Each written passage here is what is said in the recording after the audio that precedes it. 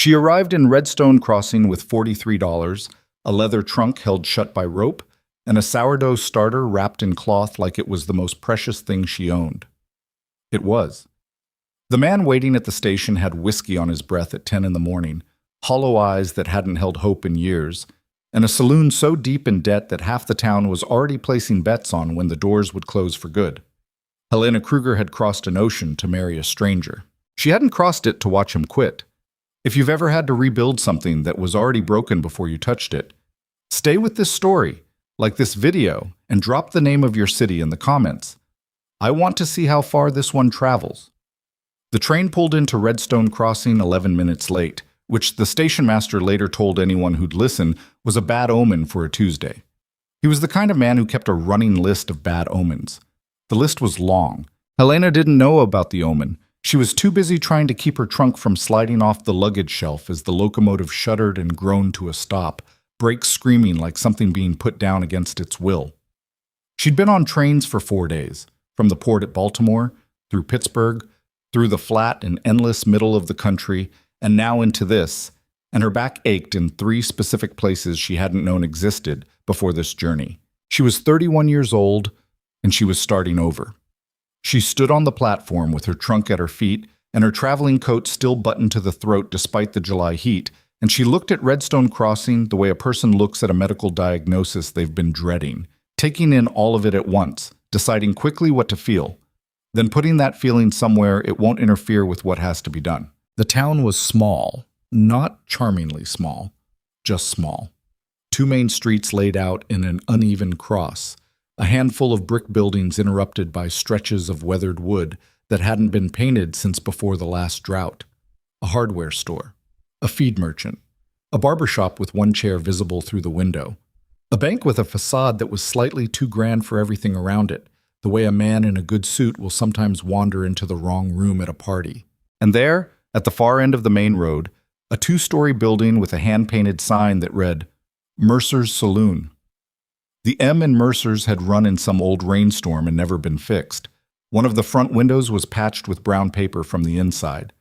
Helena looked at it for a moment. Then she picked up her trunk by both handles and waited. The man who came to meet her was not what she had pictured from the letters. She had pictured someone harder, more angular maybe, or simply more present. The man walking toward her along the platform was tall and might have been well built once, but carried himself with the particular slump of someone who had stopped expecting things to go his way. He had dark hair gone gray at the temples, a jaw that needed attending to, and eyes that were a very pale brown, almost amber, that might have been striking under different circumstances. Right now they just looked tired. Helena Kruger? He said. Jonah Mercer, she said back. It wasn't a question. He stopped a few feet from her. He didn't offer his hand and she didn't offer hers. They studied each other the way 2 people do when they're trying to figure out how much trouble they've just agreed to. You're younger than I expected, he said. You're not, she said. Something moved across his face. Not quite amusement, but the shadow of it. He reached down and took hold of one handle of her trunk. She kept hold of the other. They walked off the platform that way, each carrying their half. Oh, the saloon smelled like sawdust and old beer, and something Helena couldn't name at first, something underneath the other smells. And then she placed it. Defeat. The specific stale odor of a place that has stopped trying.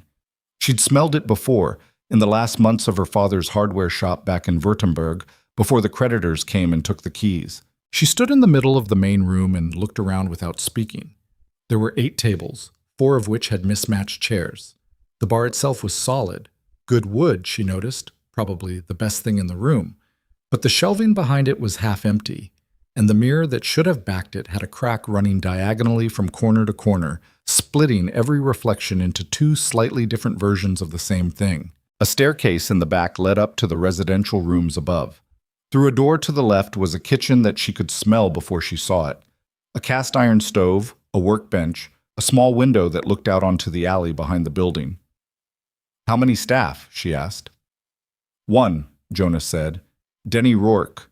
He tends bar 3 nights a week and sweeps the rest of the time. He's reliable enough. 1 man. Business has been... He stopped, chose a different word than whatever he'd been about to use. Slow. How much do you owe? He was quiet for a moment. Not evasive, just quiet, like a man who has had to say a number out loud enough times that it has started to feel like a physical thing sitting on his chest. $460, he said, due to the Territorial Bank by the 1st of November. Helena did the math without speaking. It was mid-July. That gave them roughly 15 weeks. She turned slowly, looking at the room again, recalculating. And Kane? She said. He looked at her sharply. You know about Kane. I asked questions before I came, she said. I wrote to a woman in town, Mrs. Aldrich, at the dry goods store. She wrote back. She told me about Victor Kane. Jonah's jaw tightened. Then you know more than most people who've been here 10 years. Mrs. Aldrich seemed like someone who notices things. She talks too much is what she does. But there was no real edge to it. He moved behind the bar and set her trunk down beside it, straightening up with his hands on the counter. Victor Kane owns the other saloon, the Silver Crown. He also owns the feed mill and the livery stable and 2 of the buildings on Main Street that he rents out. He's been trying to buy this property for 3 years. And you won't sell. Not to him.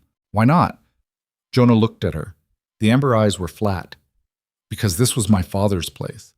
And because Kane wants it to expand the Silver Crown. And because...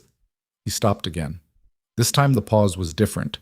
Because if I sell to him, I've got nothing. I'm 44 years old and I've got nothing else. Helena looked at him for a moment. Then she turned back to the kitchen door. I want to see the stove, she said. The stove worked, though its second burner ran hot, and the oven door hung slightly crooked and had to be lifted to close properly. The workbench was solid maple, which surprised her. There was a pantry off the back wall with enough space for what she had in mind, if she rearranged it. The alley window faced east. Morning light, she said, half to herself. What? Nothing. She opened her trunk, the one she'd carried halfway across the world, and unwrapped the cloth bundle near the top. Inside was a small ceramic crock sealed with a piece of muslin and a rubber band. She set it carefully on the workbench. Jonah watched her do this. What is that? Sourdough starter, she said. My grandmother brought it from Bavaria in 1847. I've been feeding it every week for 11 years. He stared at the crock like he wasn't entirely sure what he was looking at. You carried a jar of... on a transatlantic crossing.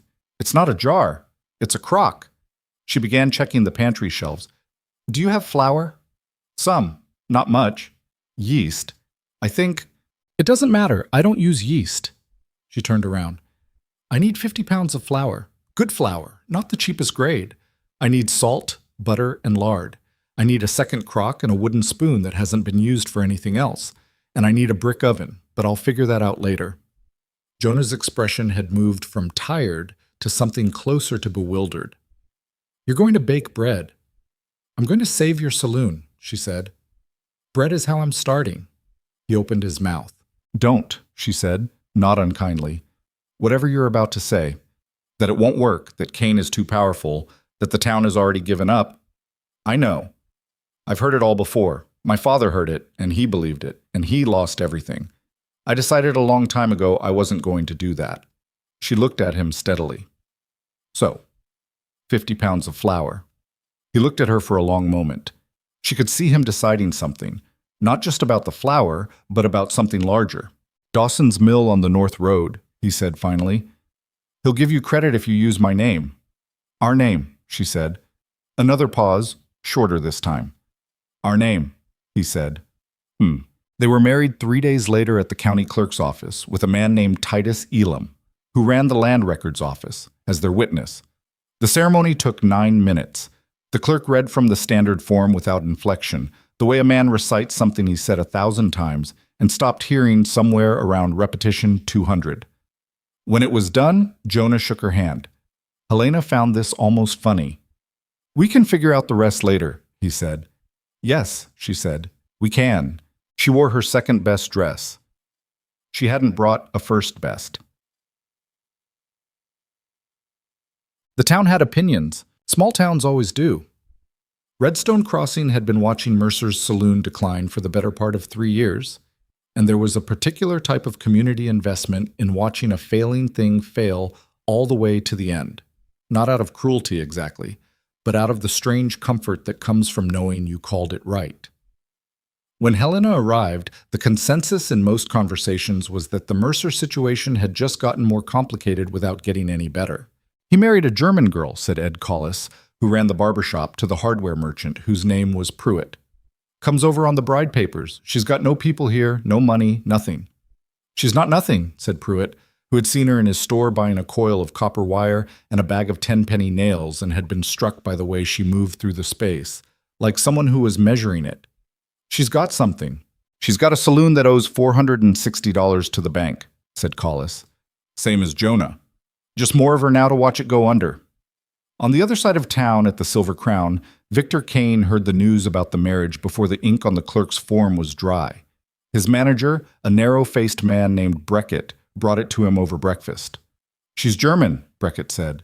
"Mail order, no connections, no capital." Kane was 49, silver-haired, and possessed of the particular stillness of a man who has never had to raise his voice to get what he wants. He owned 6 properties in Redstone Crossing outright, and had his name attached to 3 more in ways that were technically someone else's problem to figure out. He had been waiting for Mercer's to collapse for 3 years with the patience of someone who knows that gravity is on his side. "She's an inconvenience," he said, cutting his breakfast steak. "Nothing more." Breckett watched him. "She went to Dawson's mill for 50 pounds of flour." "Then she'll bake bread," Kane said, with a small, faintly dismissive smile. "Let her bake bread." Eli Carter had been sleeping in the gap between the livery stable and the tanner's shop for 6 weeks, when the smell of baking reached him for the first time. He was 11 years old and had been on his own since spring, when the family he'd been staying with, a second cousin of his dead mother's who had taken him in out of obligation and housed him accordingly, had packed up and left for Oregon without particular discussion of what was to happen to Eli in the interim. He'd woken one morning to find the house empty, the wagon gone, and a week-old biscuit on the kitchen table that he later understood was not left on purpose. He was not a dramatic child. He'd adapted. He'd found the gap behind the livery, which was warm enough in summer and smelled only moderately of horse. He earned coins running messages for the telegraph office and occasionally helping load at the freight depot. He ate what he could, when he could, and tried to stay invisible in the way that children learn to do when visibility has historically led to trouble. The smell that morning, just before sunrise on Helena's 4th day in Redstone Crossing, was bread. Not the flat, dense, slightly sour kind that the boarding house made on Sundays. Something else. Something with a crust to it, a depth of smell, warm and faintly yeasty and honest in a way that Eli couldn't have named but recognized at an animal level as the smell of things being done correctly. He followed it to the alley behind Mercer's Saloon. The east-facing window was lit from within. Through the glass, he could see a woman with her hair pinned back working a counter with her forearms, turning a large mass of dough with practiced, economical movements. She wasn't performing. She wasn't looking up, wasn't thinking about who might be watching. She was just working. Eli stood in the alley for a while. Then the window went up about 4 inches, and without looking away from her work, the woman said, "If you're going to stand there, you might as well come in. Door's unlocked." He went in. Ma'am. Her name was Helena. She didn't ask his name right away, which he appreciated because adults who ask your name right away are usually doing it to figure out something else, who you belong to, or whether you're going to be a problem. She just put him to work. "Hold the crock steady," she said, and he held the crock steady while she spooned out a measure of starter. "Tilt it the other way." He tilted. Good. She moved with the purposefulness of someone who didn't have attention to spare on unnecessary things. She was not soft, not in the way the word is sometimes meant, not gentle or slow, but she was precise, and precision in a person, Eli had found, was often more useful than kindness. After an hour, when 2 loaves were proofing and 1 was in the oven, she made a pot of coffee on the stove and poured 2 cups without asking whether he wanted one. "How long?" she said. He looked at the cup. "Since spring." She didn't say she was sorry, which he was grateful for. "You know this town?" "Some." "You know the railroad workers? The ones on the Eastern Line?" "I take messages to the foreman sometimes. Brennan. He tips okay." Helena wrapped her hands around her cup. I need someone who knows where people are in the mornings, she said. Before work, before they've eaten. Eli looked at her. You're going to sell them breakfast. I'm going to give them somewhere to eat it, she said. There's a difference. He thought about this. Cane's Silver Crown has food. Cane's Silver Crown has jerked beef and pickled eggs in jars. She looked at him flatly. That's not food. That's something you eat when you've run out of better options. He almost smiled. Why would you tell me this? You don't know me. You were standing in the alley before sunrise watching a woman make bread, she said. You're either hungry or curious, and either way I can use you. She put her cup down. What's your name? Eli Carter. Are you in school, Eli Carter? No. She looked at him for a moment with the expression of someone who has noted a problem and filed it for later. All right, come back tomorrow morning, 4 o'clock. He came back. He came back every morning after that. The first week was quiet. Helena baked. She had learned the stove's temperament by the third day. The way the back left corner ran 15 degrees cooler, the way the oven needed 10 minutes beyond what the clock said before the crust set right. She adjusted. She produced 6 loaves on day 1, 8 on day 2, 12 by the end of the week. She started at 3:30 in the morning and was done with the first batch before Jonah was up. The problem was not the baking. The problem was that nobody knew it was happening. People don't know to come, she told Jonah on the 5th evening, sitting at one of the saloon's mismatched tables with a cup of coffee and a pencil and a piece of paper she'd covered in numbers. They're going to Cane's out of habit. Cane is what they know. Jonah was at the bar, turning a glass in his hands without filling it. He'd been doing a lot of that lately. So we tell them. You can't tell people about bread, Helena said. You have to let them smell it. She looked at her numbers. The railroad crew starts at 6. They pass 3 blocks north on their way to the Eastern Line every morning. If I have a table set up outside by 5:30, you want to put bread outside. Coffee and bread. Free for the first 2 days. He set the glass down with a sound that said he'd heard enough about that particular idea. Free. Helena, we don't have... I know we don't have. She looked at him steadily. That's the point. 2 days of free bread is an investment. People remember who fed them. It's not charity. It's an introduction. Jonah was quiet. He had a way of going quiet that wasn't passive. It was the quiet of a man who was genuinely thinking rather than waiting for the other person to stop talking, and she had started to appreciate that about him even if it sometimes took longer than she'd have liked. 2 days, he said. 2 days. And after 2 days? After 2 days, they'll come back and pay, she said, and bring someone with them. He looked at her with that flat amber gaze. You're very sure? No, she said honestly. I'm making a calculated guess based on the fact that I have watched this work before, in a town smaller than this one, in a country where people had even less money to spend. She paused. But I'm not sure. I'm never sure about anything. I just decide and move. Jonah picked the glass back up. All right, he said. 2 days. On the morning of the first outdoor table, it rained. Not heavily, just the specific, determined drizzle that makes everything gray and discourages movement. Helena put out the table anyway, under the narrow overhang of the saloon's front porch, which provided approximately 3 feet of shelter if you stood in the right place. Eli had arrived at 4 as usual and had spent the last 2 hours helping her carry loaves and set up. He now stood at the edge of the porch, looking at the empty street. Nobody's going to come in the rain, he said. The railroad workers will, she said. They work in the rain. As if to confirm this, the first group appeared at the far end of the road about 10 minutes later. 6 men in canvas jackets, heads ducked, walking with the resigned forward lean of people who know the weather's not going to fix itself. Eli watched them coming. Should I go tell them? He asked. No, Helena said. Stand still. The smell did the work.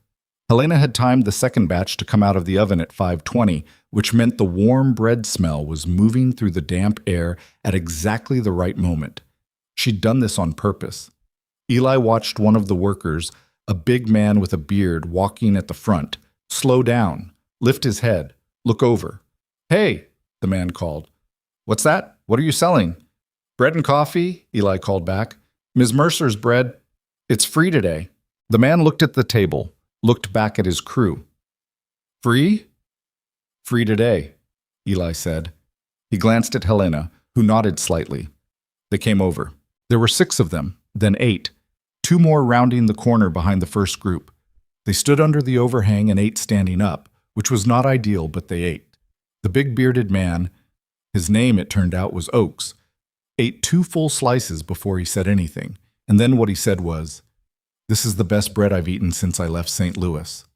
"St. Louis has good bread," Helena said. "Yeah." He looked at her directly. "So does this." On day 2, the rail crew was back. This time they brought 4 others, a lumber worker, 2 men from the freight depot, and a young woman named Susie Hartman who worked at the laundry and who spoke some German and nearly startled Helena into dropping a crock when she said Guten Morgen from the doorway. They paid for their coffee and bread on day 2. No argument. Oakes left 3 cents extra on the table without comment. On day 3, there were 15 people. On day 5, 22. By the end of the second week, Helena had to start the first batch at 2:30 in the morning. Well, Jonah watched this happen from the bar the way a man watches weather change, with a mix of relief and unease, not quite trusting it. He'd owned this saloon for 7 years and spent most of that time managing a slow and predictable deterioration. He didn't know what to do with momentum. "You should be out there," Helena told him one morning. "That's your thing," he said. "The bread, the cooking. I'd just be in the way." "It's your saloon," she said. "Those are your neighbors out there. You should know their names." He was quiet. "Oakes's daughter is getting married in September," she said. "He mentioned it this morning. He said he wanted to hire a space for the reception. I told him I'd ask you." Jonah looked at her. "You told him—" "I told him I'd ask," she said carefully. "Whether you say yes is up to you, but I think you should say yes, and I think you should go out there and tell him yourself." He set down the glass he'd been holding, walked to the door, stepped outside. From the kitchen doorway, Helena watched him introduce himself to Oakes, watched the brief, awkward handshake of 2 men who have lived 6 blocks apart for years without ever having a real conversation. Watched Oakes's posture open up a little, that thing that happens when someone is being treated like a person rather than a transaction. It wasn't much. It was a start. Cham. Victor Kane heard about the bread situation on a Wednesday from Breckett, who had the particular quality of being able to make any piece of information sound like a problem. "She's running morning service," Breckett said. "Coffee, bread, some kind of German pastry on Thursdays. The rail crew's eating there before shift. Some of the ranch families started coming Saturdays." Kane was reading a letter at his desk in the back of the Silver Crown. He didn't look up. "How many customers?" 30, some mornings, maybe more. He put the letter down. 30 was not a large number in isolation, but 30 people who weren't coming to the Silver Crown was a different kind of number, and 30 people who were building a habit somewhere else was a different kind of problem. "She's clever," he said. It was not a compliment exactly. It was an assessment. "She's going to run out of money," Breckett said. "She's buying flour every week. She's got no capital. The debt's still there." "The debt's still there," Kane agreed. He picked his letter back up. "Let's make sure it stays there." Oh, on a Thursday in late August, the widow Ingrid Bauer came into the saloon. She was 71, or possibly 73. She claimed not to be entirely certain, and had been in Redstone Crossing for 22 years, since before the railroad came, since before most of the current buildings were built. She walked with a cane that she used more for emphasis than support, and wore her white hair in a braid that she wrapped around her head in a way Helena recognized from her grandmother's generation. She sat down at a table, ordered a coffee, drank half of it, and then said, "Your sourdough is from a Bavarian culture." Helena looked at her. "Yes." "Your grandmother's? How did you know?" "The flavor." Ingrid set her cup down. "I had something like it years ago. There's a quality to Bavarian cultures, something in the fermentation, the mineral character of the water they were grown in originally. You can taste the mountain in it." She looked at Helena with sharp blue eyes that had not aged the way the rest of her had. "I came from Hamburg. Mine is different, but it's been going 60 years. Helena sat down across from her without being invited. 60 years. "Since 1824. My mother started it." Ingrid looked around the saloon. What are you trying to do here? Save the building, Helena said. Save my husband's business. Give people a place to eat that isn't Kane's. Ingrid studied her for a moment. Kane doesn't like you. Kane doesn't know me yet, Helena said. When he does, he'll like me even less. The old woman's mouth moved. Not quite a smile. Something more like the precursor to one. She said, and finished her coffee and left. She came back the following Thursday. And the Thursday after that. And eventually, though Helena could not have told you when exactly this became a fixed reality, Ingrid's table by the east window became simply her table, the way some people in some places settle into a space and become part of its texture. Dorset. There was one evening in early September, the 23rd of the month, which Helena knew because she had been marking the weeks in the small notebook she kept in the kitchen, when Jonah came and found her doing inventory in the pantry and stood in the doorway for a moment without speaking. The Oaks reception is booked for September 30th, he said. I know, 42 guests. 42. He leaned in the doorway. Helena. We're going to be short, he said. Even with the reception fee, even with what we're making on the morning service, we're going to be $30, maybe $40 short of the November payment. She didn't stop what she was doing. She counted the remaining sacks of flour, wrote down a number, counted the butter crocks. I know. You know. He was quiet for a moment. And? And we have 6 weeks, she said. A lot can happen in 6 weeks. Or not enough can happen, he said. She turned and looked at him. In the low light of the pantry lantern, she could see the tiredness that sat behind his eyes. Not the surface tiredness of a bad night, but something older and deeper. The tiredness of a man who has been managing disappointment for so long that it has become his resting state. You want to give up, she said. I didn't say that. You're thinking about it.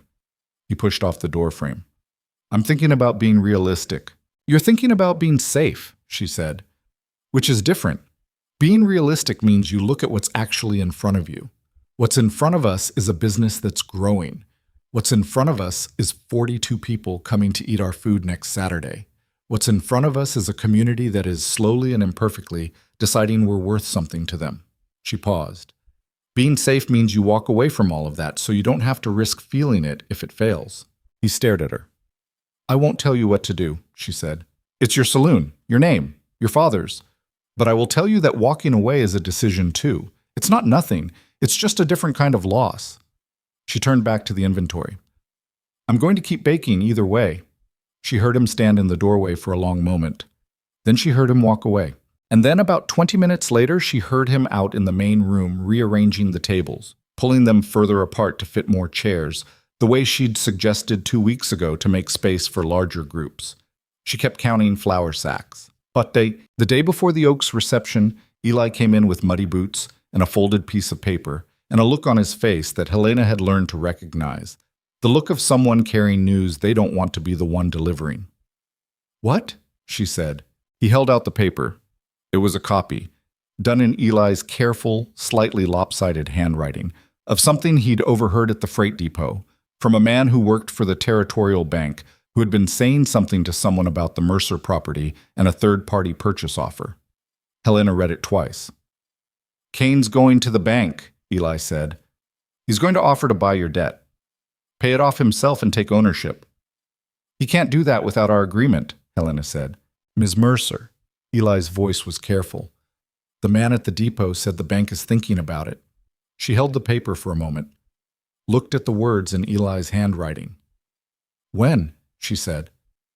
Before November. He's moving fast. She folded the paper, put it in her apron pocket, stood very still in the middle of the kitchen for about 15 seconds. The kind of stillness that isn't calm exactly, but is the process of something being decided. Then she went back to the bread. Boss to you. The Oaks reception went well. 42 people became 51. Oakes's brother arrived unexpectedly from Tucson with his wife and 3 children, and Helena stretched the food with the particular resourcefulness of someone who has never had enough and has long since made peace with improvising. The tables were rearranged. The space was warm and loud and smelled of roasted chicken and fresh bread, and the coffee she kept going all night on the big stove. Jonah worked the room. This was the thing she hadn't expected, not his willingness to try, which she had decided to believe in, but his actual competence at it once he stopped hesitating. He moved through the tables with a quieter version of the ease that comes naturally to people who have spent years behind a bar, who have learned to read a room, to know who needs a refill and who needs to be left alone, who has had too much and who hasn't had enough. By 9 o'clock, he knew most of the names. By 10, people were laughing at something he'd said. Ingrid, who had come and installed herself at her table by the east window, despite technically not being a guest, watched this with the expression of someone who has seen a thing predicted come true. "He's better than he thinks he is," she said to Helena, who had stopped for a moment beside the table. "Most people are," Helena said. "No," Ingrid said, with the directness of someone who has been alive long enough to stop softening things. "Most people are exactly what they think they are. He's the exception." She looked at Helena. "So are you. Don't waste it on small ambitions." Helena looked at her. "I'm trying to save a saloon." "I know what you're trying to do," the old woman said. "I'm telling you to think bigger." Walking home after the last guests had gone, Eli said, "We made enough tonight to cover almost $20. 22, Helena said. "I counted." "That's good." "It's good." She was tired in the way that runs all the way down, the marrow tired of someone who has been running on will and early mornings for too long. Her feet hurt. Her back hurt. The 3 specific places from the train had been joined by 2 additional places she hadn't cataloged yet. "We still need 30 more in 6 weeks. "We'll get it," Eli said.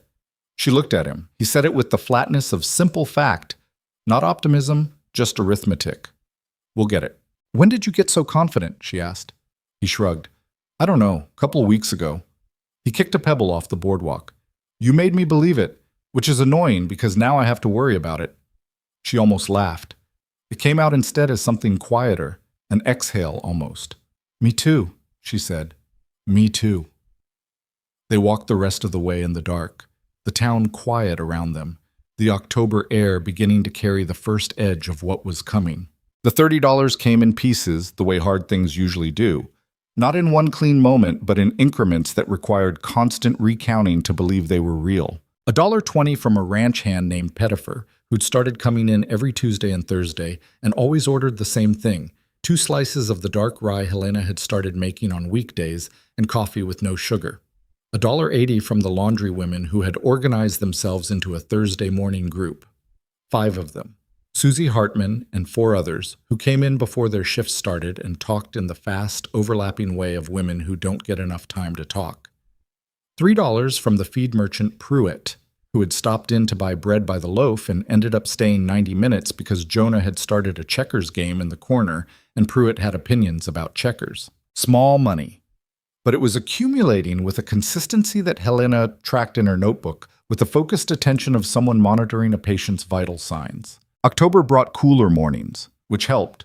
People who might walk straight to work in July heat would stop for hot coffee and warm bread when the air was carrying frost, and the crowds at the morning table had grown enough that Helena had moved it inside, arranging 4 tables near the front window where the light came in. It wasn't a dining room exactly.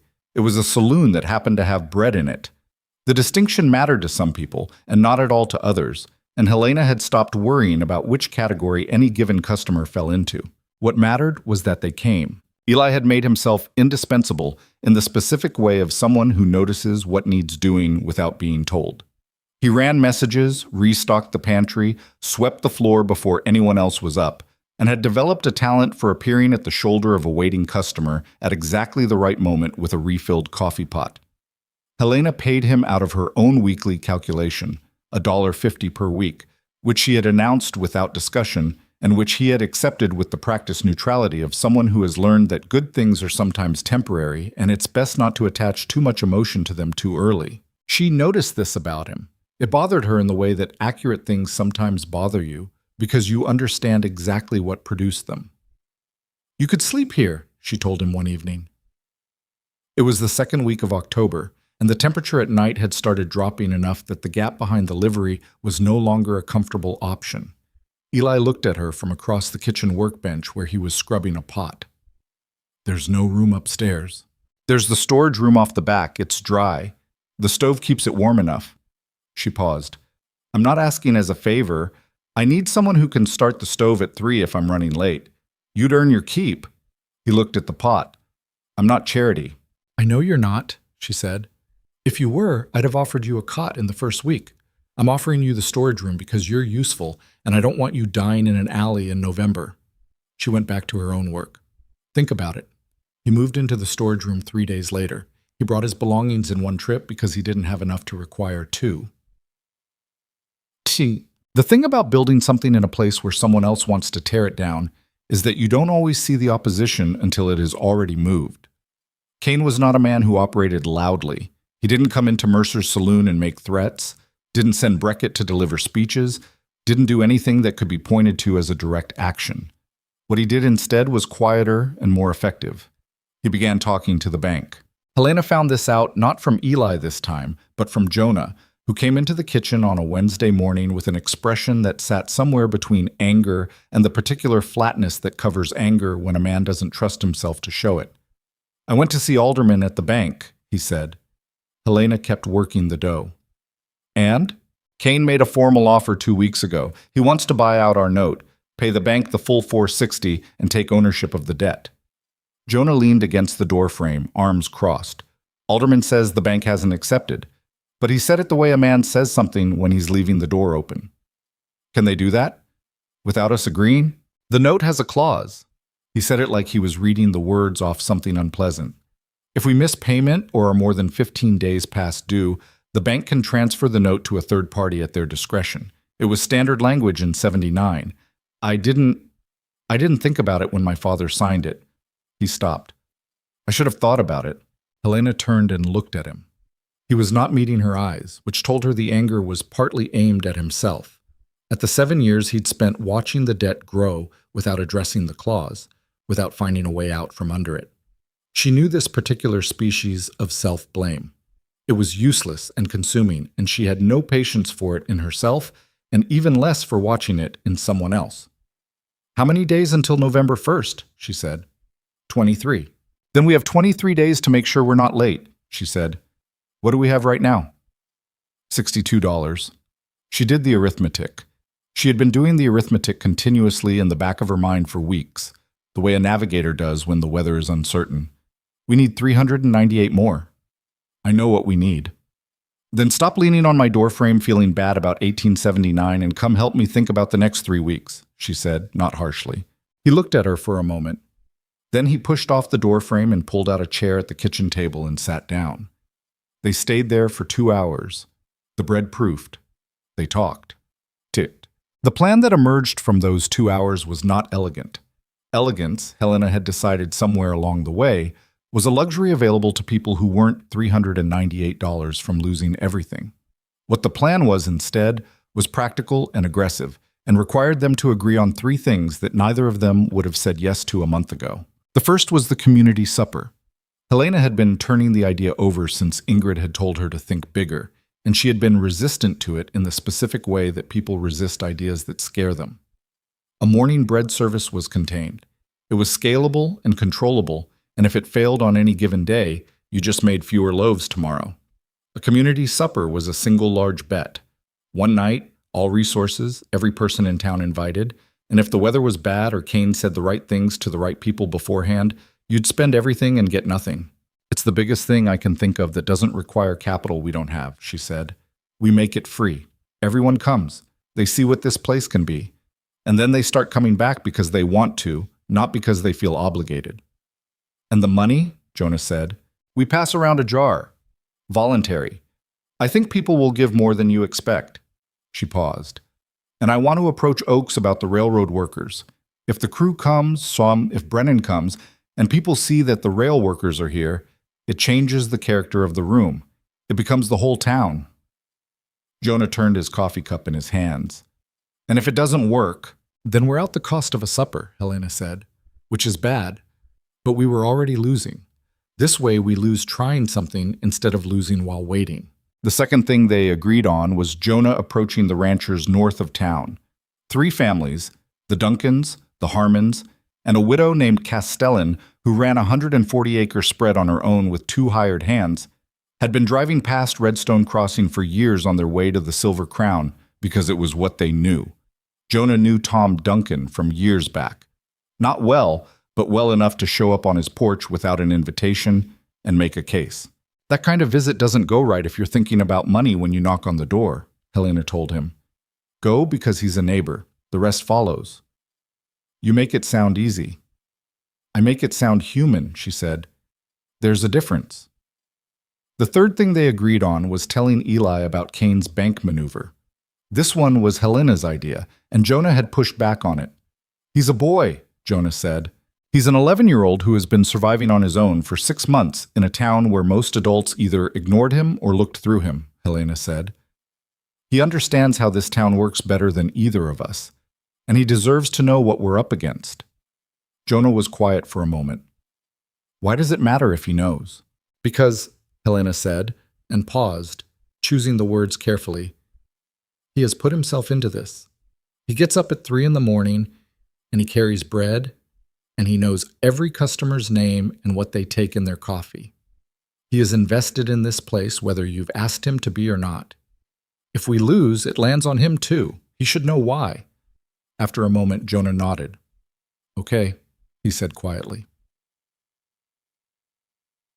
They told Eli that evening, after the last customer had gone and the three of them were doing end-of-day cleanup. Helena explained it plainly. Kane's offer to the bank, the clause in the note, the deadline. Eli listened without interrupting, which was one of the things about him that consistently surprised her.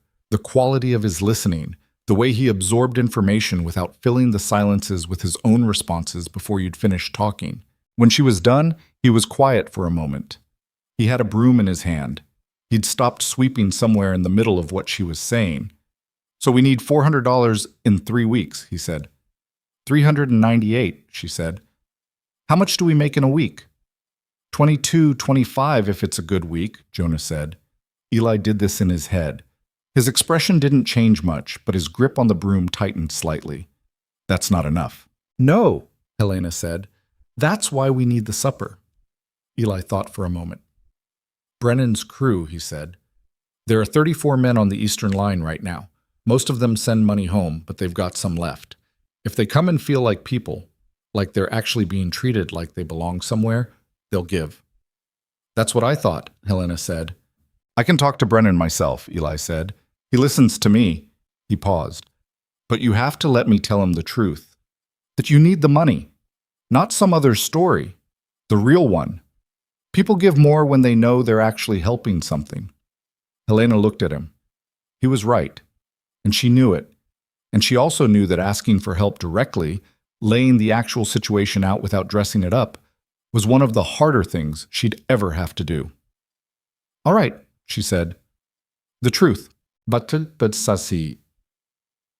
Mas. Jonah went to Tom Duncan's ranch on a Thursday. He rode out on the one horse they owned, which was 15 years old and had a gait that made the 6-mile trip feel longer than it was. He hadn't been on the Duncan property in 4 years. The main house was larger than he remembered. They'd added a wing on the east side since he'd last seen it. And when he knocked on the door, he felt, briefly and irritatingly, like a man who has gone somewhere to ask for something and is only now reckoning with the cost of his pride. Tom Duncan opened the door. He was a big man, weathered in the way ranchers get. Not beaten down, just marked. He looked at Jonah for a moment without speaking. Mercer, he said. Not unfriendly, neutral. Tom. Jonah took off his hat. I came because I wanted to talk to you. Not about business exactly. Just...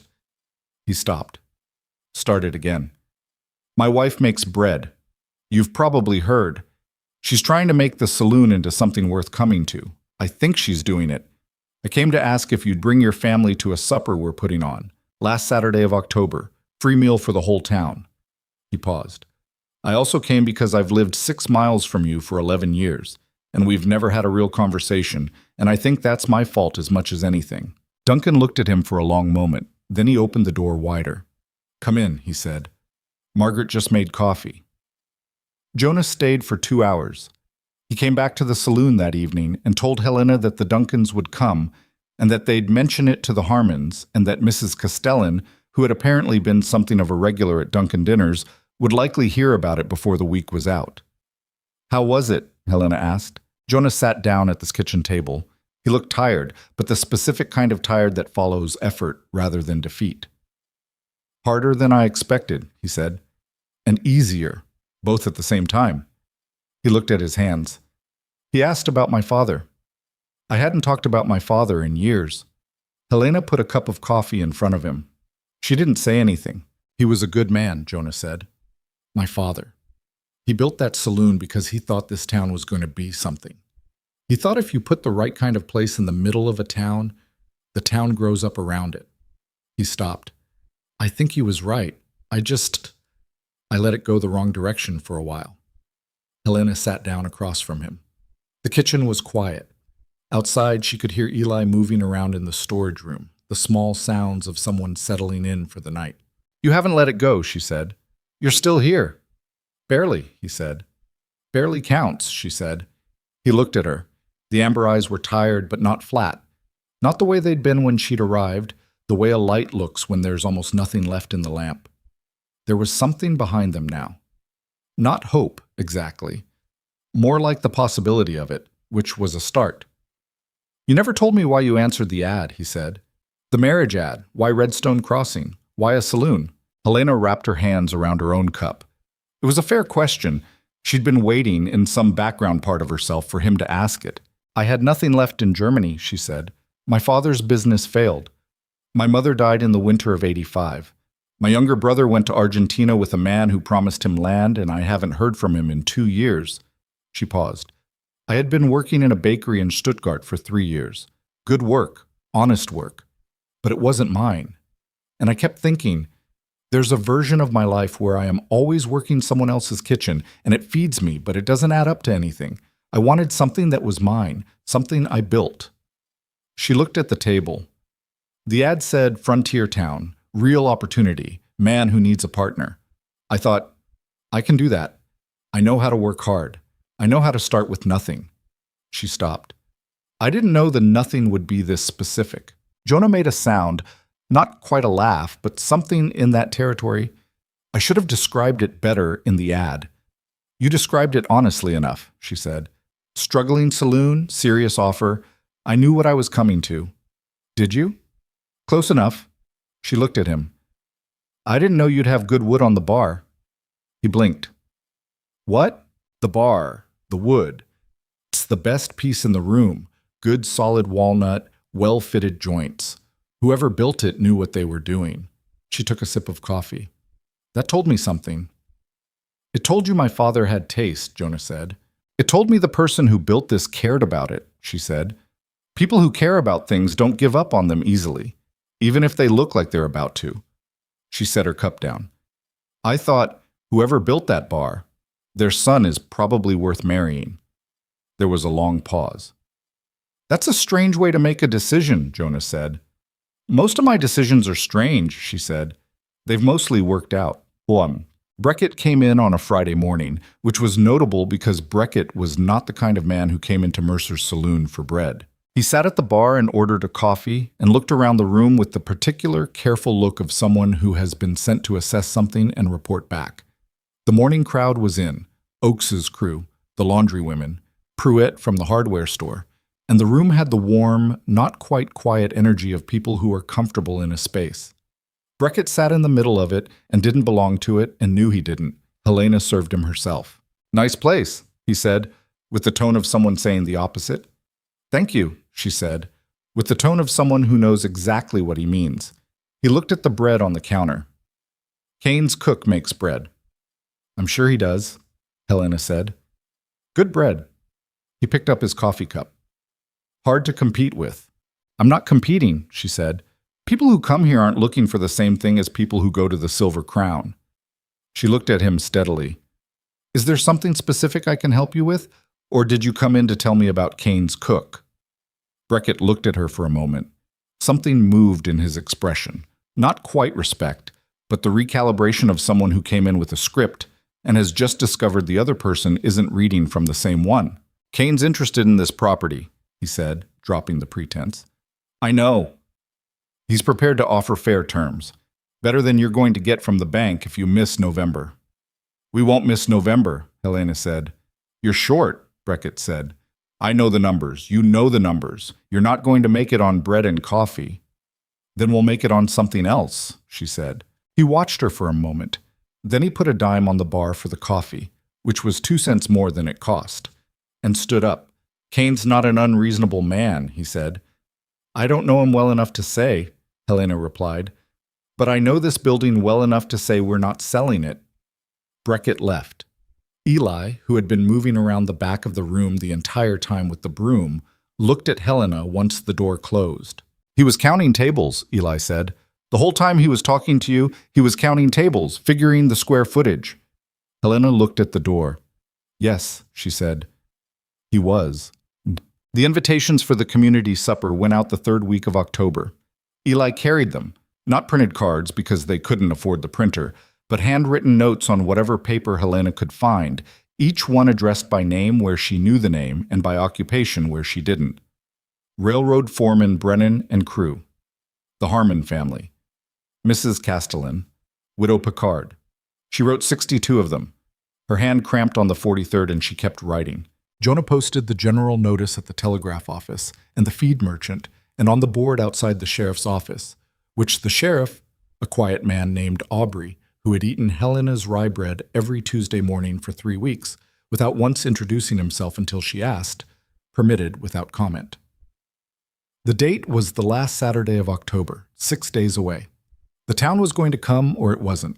Helena made a list of everything they needed to cook for 100 people, looked at what they had, looked at what they needed, started making a different list of who she might ask to contribute.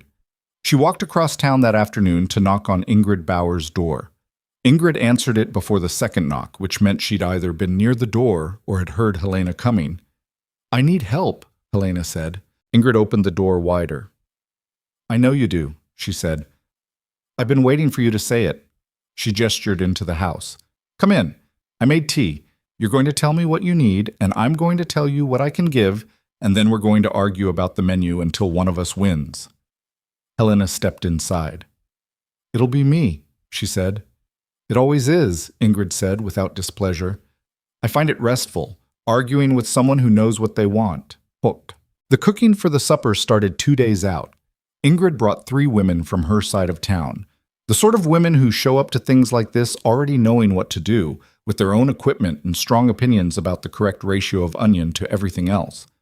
The kitchen at Mercer's Saloon, which had been built for 1 or at most 2 people, became briefly chaotic in the way that good things sometimes are before they resolve into order. Jonah stayed out of the kitchen. He had learned this was wisdom. He spent those 2 days doing other necessary things, fixing the latch on the front door that had been sticking since August, replacing the 4th leg on the table nearest the window that had developed a wobble, convincing Denny Rourke to work the full Saturday rather than his usual 3 hours, and tracking down 2 extra lanterns for the corners of the room where the lighting had always been inadequate. On Friday evening, the day before the supper, he came into the kitchen while Helena was doing the last of the prep work and stood at the workbench beside her. How many do you think will come? He said. Enough, she said. That's not an answer. It's the only answer I have. She kept working. I don't know who Kane has talked to. I don't know whether people will choose us over whatever reason they might have to stay away. I don't know if it'll rain. She paused. What I know is that we've done everything we can do. The food is ready. The room is ready. Eli's talked to Brennan, and Brennan said he'd bring the crew. She glanced at him. The rest isn't ours to control. Jonah was quiet for a moment, then, my father used to say the hardest part of a bet is the night before you find out if you won. Was he a gambling man? No, that's why it bothered him so much. A pause. He'd have liked you. Helena looked at him. It was said simply, without particular emphasis, the way people say true things when they've stopped worrying about whether they should. I would have liked him, she said. Anyone who built that bar deserves to be liked. Jonah almost smiled. It was small, the careful, slightly crooked smile of a man who is still getting used to having reasons for it, but it was there. Get some sleep, Helena said. Tomorrow's going to be long. You get some sleep, he said. I will, she said. After this batch. He looked at the dough, looked at her, shook his head slightly, and went upstairs. Helena kept working. The The stove ticked and breathed in the kitchen quiet.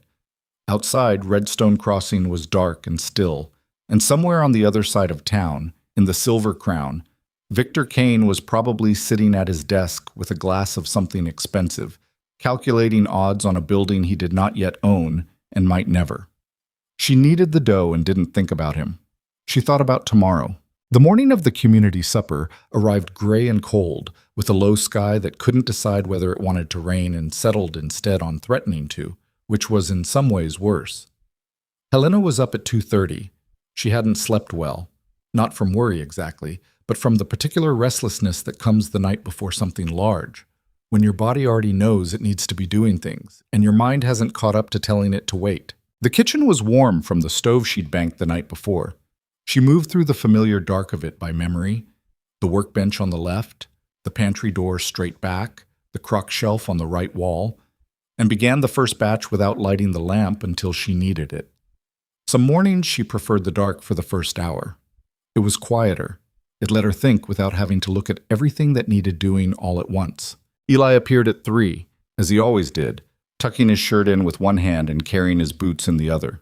He sat down at the kitchen table to put them on and said nothing for several minutes, which she had come to understand was his way of arriving gradually rather than all at once. "Weather's going to hold," he said eventually, looking at the window. "You can't know that," Helena said. "Gray sky before dawn usually means it burns off by 9, he said. "Oaks told me that. Railroad men know weather." "Oaks told you a lot of things." "He talks while he eats," Eli said. "I listen." He finished with his boots and stood up. "What do you need first?" By 6 in the morning, the kitchen held Helena, Eli, Ingrid, and 2 of Ingrid's women. Martha Voss, who was 60 and built like someone who had spent her life doing heavy work, and a younger woman named Clara Dupree, who had married into town 3 years ago from somewhere in Louisiana, and whose knife work was fast enough that Helena had watched it twice just to confirm it was real. They moved around each other in the way of people who have either worked together for years or have the particular adaptability that comes from necessity, calling out what they needed, stepping around each other without ceremony. Jonah came down at 7 with the particular look of a man who wants to help, but knows better than to get between working women and a deadline. He made himself useful hauling wood and water and keeping the supply lines clear, and by mid-morning had developed a useful habit of appearing in the kitchen doorway every 30 minutes to ask what was needed outside, completing whatever task was named, and disappearing again. Helena noted this with something that, had she stopped to examine it, she might have called gratitude, not for the physical help, which was welcome, but for the instinct behind it. He was learning how to be useful without needing to be in charge of it. By noon, the food was mostly done. The long table they'd borrowed from the community hall was set up along the back wall. 2 pots of stew, beef and vegetable, made with the better part of what was left in the pantry, were staying warm on the back burners. 4 dozen rolls were wrapped in cloth on the workbench. The rye loaves, 8 of them, were cooling on the shelf. Helena had made an apple cake with the last of the dried apples from the pantry, and it had come out slightly darker on one side than the other, because the oven's hot corner had done what it always did, but it smelled right, and that was what mattered. Ingrid stood at the kitchen workbench eating a roll and looking at the spread with the expression of someone running a final count. "It's enough," she said. "It has to be enough for 100 people," Helena said. "It's enough for 120, Ingrid said. "Stop second-guessing the inventory. You've been counting the same things for an hour." Helena put down the ladle she'd been holding. "I'm not good at waiting." "No," Ingrid agreed. "You're very good at working and very bad at stopping. They're related." She finished her roll. "Go change your dress. You have flour on your chin and something else in your hair, and you'll want to look like the woman who owns this place when people start arriving." They started arriving at 5, not the full crowd, just the first arrivals.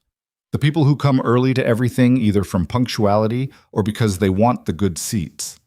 The Harmon family came first, the parents and 3 children, the youngest carrying a jar of pickled beets she'd apparently decided was an appropriate contribution and which Helena accepted with genuine warmth. The Duncans came 10 minutes later, Tom Duncan shaking Jonah's hand at the door, with the ease of men who have now had 2 real conversations and found themselves on solid ground. Eli was at the door managing arrivals, which he had appointed himself to do without being asked. He had a good instinct for it. He remembered names which people found more meaningful than they let on, and he had a way of making a person feel expected rather than incidental when they walked through a door. By 6, the room was half full. By 6:30, it was three-quarters, and the noise level had risen to the specific pitch of a space that is being used correctly. Overlapping conversations, a child's laugh from somewhere near the window tables, the sound of dishes and the scrape of chairs, and all the small percussive evidence of people eating together. Brennan came at 6:45 with 9 of his rail crew, not the full 34. Some had prior commitments, some had gone back to the boarding houses early, but 9 men in clean shirts who came in and filled a long table near the back and ate with the focused appreciation of men for whom a hot meal that someone made with actual effort is not something to be taken for granted. Brennan himself was a compact Irishman with a gray beard and very direct eyes who shook Helena's hand and said, "Eli says you need people to know this place. Well, now they know it," and sat down and ate 2 bowls of stew without looking up. Helena moved through the room. She refilled coffee. She answered questions. She accepted 3 more jars of things she hadn't asked for: honey, preserved plums, someone's grandmother's pickled carrots, and stored them in the kitchen with a private feeling of something that was close to overwhelmed, but not quite, held back by the forward motion of the night. At some point, she realized she was looking for Jonah without meaning to, and found him in the far corner of the room, deep in conversation with a man she didn't recognize. Middle-aged, good boots, the careful posture of someone who is not from here. She made a note to ask about him later, and kept moving. The jar started as an old coffee tin Eli had set on the bar with a piece of paper that said voluntary in Helena's handwriting. She had not announced it. She had not pointed to it. She had trusted Eli's instinct that people give more when the ask is quiet rather than pressed. And by 8 o'clock, there was a significant weight to it that she was very deliberately not going to count until the evening was over. It was Eli who found it. He had gone to the kitchen at 8:15 to refill the bread basket. There was always someone reaching for more bread, and came back to the main room with the basket in his hands and an expression on his face that stopped Helena mid-conversation. She crossed the room to him. "The crock," he said quietly. "Just that." She went to the kitchen. The shelf on the right wall was where she kept the sourdough starter, the ceramic crock that had come from Germany wrapped in cloth, that she had carried across an ocean in the top of a trunk because losing it was not something she had allowed herself to plan for. The shelf was there. The cloth that usually wrapped the crock was on the floor. The spot where the crock had sat for 3.5 months was empty. She stood and looked at the empty space for a moment. Then she looked at the back door. It was closed, but not fully latched. There was a gap at the frame, the thin line of night air moving through it. The latch had been forced. She could see the mark in the wood where something had been wedged against it. Someone had come in through the back during the supper. Someone had come in and taken the one thing in this kitchen that couldn't be replaced. Helena stood very still. The kitchen sounds, the stove, the hiss of something on the back burner, the distant noise of the party through the wall, continued around her unchanged, indifferent to what had just been removed from her life. She was aware of a specific kind of pain that is not quite grief and not quite anger, but something that lives in the space between them. The pain of losing a thing that cannot be bought back or rebuilt because it carried time inside it. 11 years of her tending, her grandmother's hands before that, the cold cellar in Bavaria where it had started, in a kitchen Helena had never seen but could imagine because her grandmother had described it. Gone. She heard Eli come in behind her. "Someone came through the back," she said. Her voice was steady, which surprised her. Eli came and stood beside her and looked at the empty shelf. He said nothing for a moment, then, "Kane, I don't know that." "You do, though." She did. Not with proof, not with anything she could take to the sheriff and have acted on, but with the bone-deep certainty of someone who understands a message when it's been delivered in the clearest possible terms. "You don't belong here. This is what we can take. There is more we can take." "What do we do?" Eli said. Helena turned away from the shelf. She went to the stove and checked the stew pot, adjusted the heat under it. She picked up a cloth and wiped the workbench that didn't need wiping, and then she stood with her hands flat on the maple surface and breathed for a moment. "We go back out there," she said. "We finish the supper." "Helena, We finished the supper, she said again. 100 people came tonight. They came because we asked them to. What I do in the next 10 minutes is what they'll remember. Not the food, not the tables, not the jar on the bar. Whether I walk back out there or whether I don't. She straightened up. So we're going back out. Eli looked at her. He was 11 years old and had seen enough of the world to know when an adult was performing steadiness and when they actually had it. He looked at her for a moment with those careful, assessing eyes. Okay, he said. He picked up the breadbasket. I'll refill this. They went back out. Yeah. She told Jonah after the last guest left. The room was emptied, mostly. Just Ingrid and Martha stacking dishes, Denny Rourke collecting glasses, Eli sweeping in the focused, methodical way he swept when he was upset about something and needed the physical act of the work to hold himself together. Helena pulled Jonah aside into the kitchen and told him plainly. She watched his face move through the information. She had expected anger. Jonah's anger was quiet but real, she'd learned, the kind that doesn't raise its voice because it doesn't need to. And there was some of that. But what settled on top of it was something else, something older. My father built that shelf, he said. I know. He put it there specifically for the kitchen crocks. He liked things to have a place. He was looking at the empty spot. His jaw was tight. I should have put a proper bolt on that back door months ago. It wouldn't have mattered, Helena said. If someone is determined enough, a bolt is an inconvenience. It still should have been there. He turned away from the shelf. We go to the sheriff. With what? We have a broken latch and a missing crock. I have no witness, no name, nothing Kane's hand touched. She looked at him. Aubrey is a fair man, but he works with what he's given. Jonah's hands were at his sides, clenched and released, clenched and released. He did this because of tonight, because the supper worked. Yes. How much did we take in? She had finally counted the tin. $114, she said. Jonah stared at her. Oakes's crew alone gave 38, she said. Brennan matched it from his own pocket. The Duncans gave 20. She paused. Mrs. Castellan put in $10 and a note that said she'd been eating at the Silver Crown for 4 years and didn't intend to anymore. The number sat in the air between them. $114. Added to what they already had, $176. Added to what they'd make in the remaining weeks, not enough. Still not enough. But closer. Significantly, meaningfully closer. Jonah sat down at the kitchen table. He put his elbows on it and his face in his hands for a moment, just a moment. And then he straightened back up. We're still short. Yes, she said, by about 280. 3 weeks. Less than that now, 20 days. He was quiet. The stove ticked. From the main room came the muffled voices of Ingrid and Martha finishing up. I'm going to find out who did it, he said.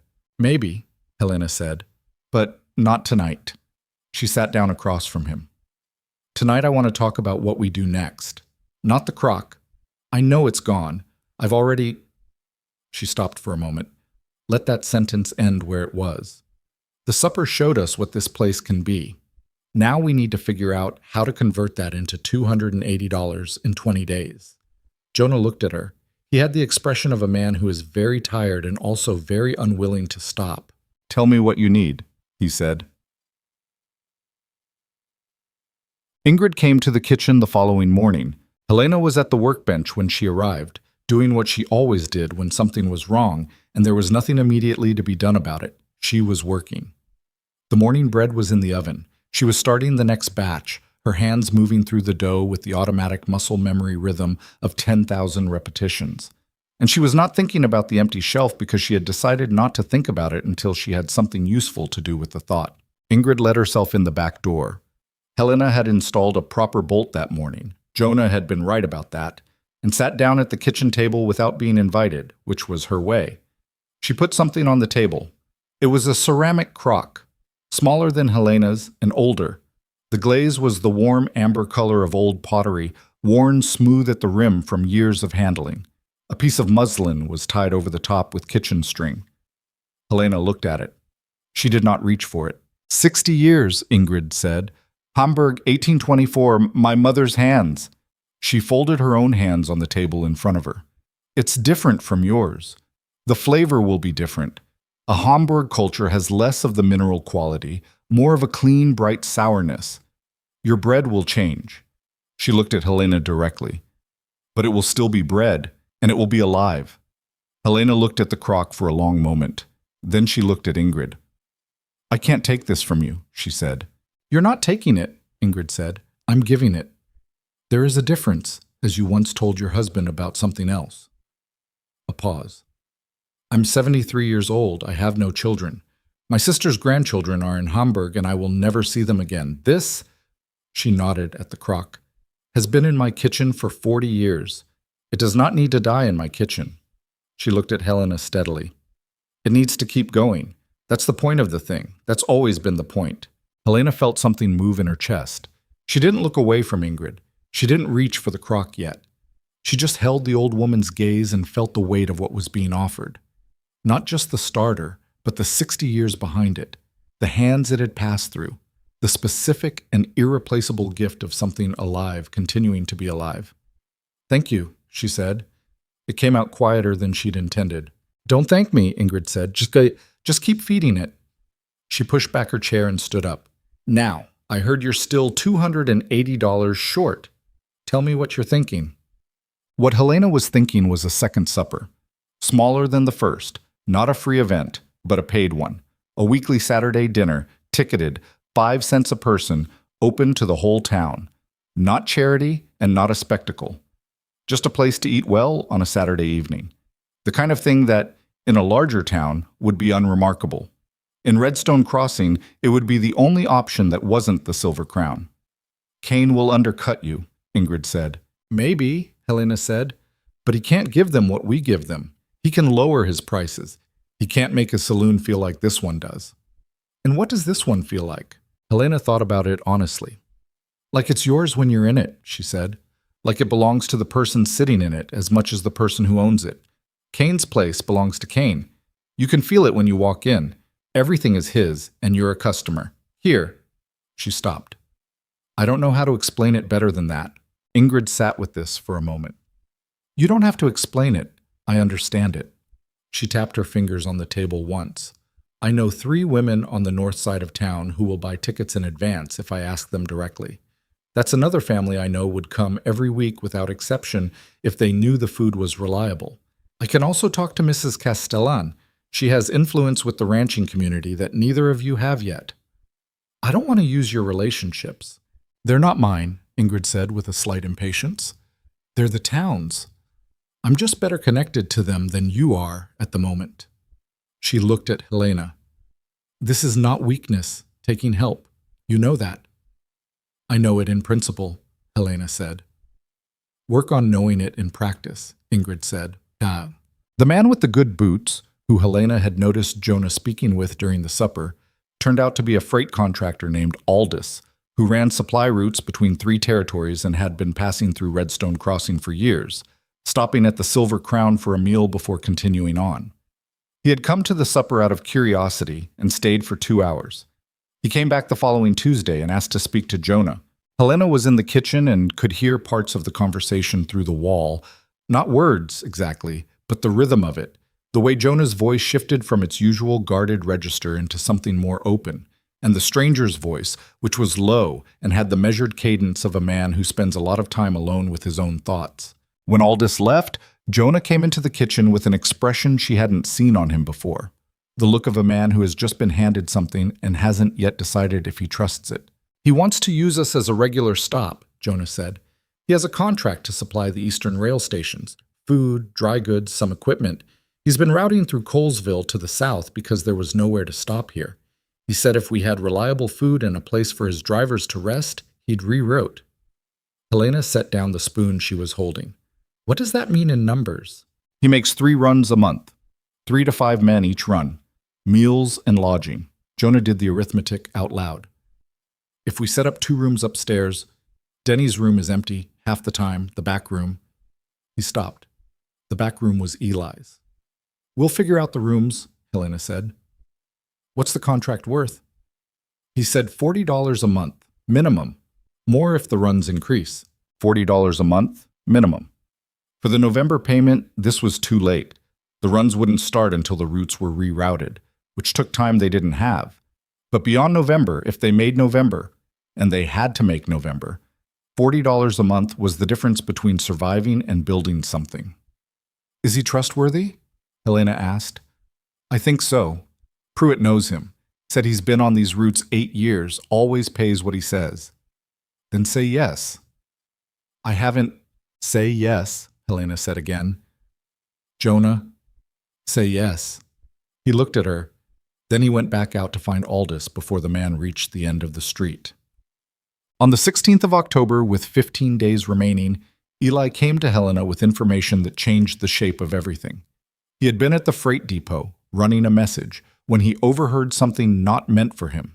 He had a talent for this, for occupying a space so quietly that people forgot he was in it, which was a skill he'd developed for survival and which had, in the last several months, become something considerably more useful. What he heard was a conversation between Breckett and the man who worked the depot counter, a loose-tongued man named Sayers, who liked to feel important by knowing things. Kane's going to the bank this week, Eli told Helena, standing in the kitchen with his jacket still on, just arrived. Not next week. This week. He's going to make a formal purchase offer on the note, and he's bringing cash. Helena looked at him. This week. Sayers said Thursday. Today was Monday. That gave them 3 days before Kane walked into the Territorial Bank with money in hand and the argument that the Mercers were unlikely to meet the November deadline, making an early transfer in the bank's interest. If the bank accepted, and Alderman had already left the door open, the legal machinery would move faster than they could stop it. How much did Sayers say Kane is bringing? Helena asked. $500, Eli said. Full payoff plus a premium, $500. Against the bank's guaranteed $460 from Kane versus the uncertain $460 from the Mercers, plus the ongoing risk of carrying a note that might default. From the bank's perspective, it was not an irrational choice. Helena sat down. This was one of the few times she sat down in the middle of the day without coffee or bread in front of her, without a specific purpose. She sat down because she needed a moment to think without moving. Can we get to Alderman first? She said. And say what? And show him what we have, what we've made. The supper, the freight contract, the weekly dinners. She looked at Eli. Banks prefer certainty to risk. If we can show him we're not a risk. You don't have the full amount, Eli said. He wasn't being cruel, just precise, the way he always was. No, she said, but we can show him the trajectory, where we were in July versus now, and we can ask him to hold. She paused. It's a long shot. Better than watching Kane walk in Thursday with $500, Eli said. She stood up. I need to find Jonah. It down. Jonah's reaction to the information was 3 seconds of very still silence, followed by a controlled exhale, followed by, all right, we go Tuesday morning. Both of us, he agreed, and we bring the notebook. Helena's notebook, the one she'd been keeping since the first week, the daily tallies, the customer counts, the expenses and income tracked in her precise, small handwriting, was 3 months of evidence, not a formal ledger, not something a bank official would consider a proper accounting document, but it was honest and consistent and showed in 37 pages of numbers the exact arc of what had happened at Mercer's Saloon since July. She went to the kitchen and got it from the shelf where she kept it. She opened it to the first entry. July 15th, 6 loaves, 4 customers, 12 cents. She turned to the last entry. October 15th, 41 customers, $9.30. Freight contract pending. Weekly dinner series beginning Saturday. She closed it. Outside, the morning light was coming through the east window.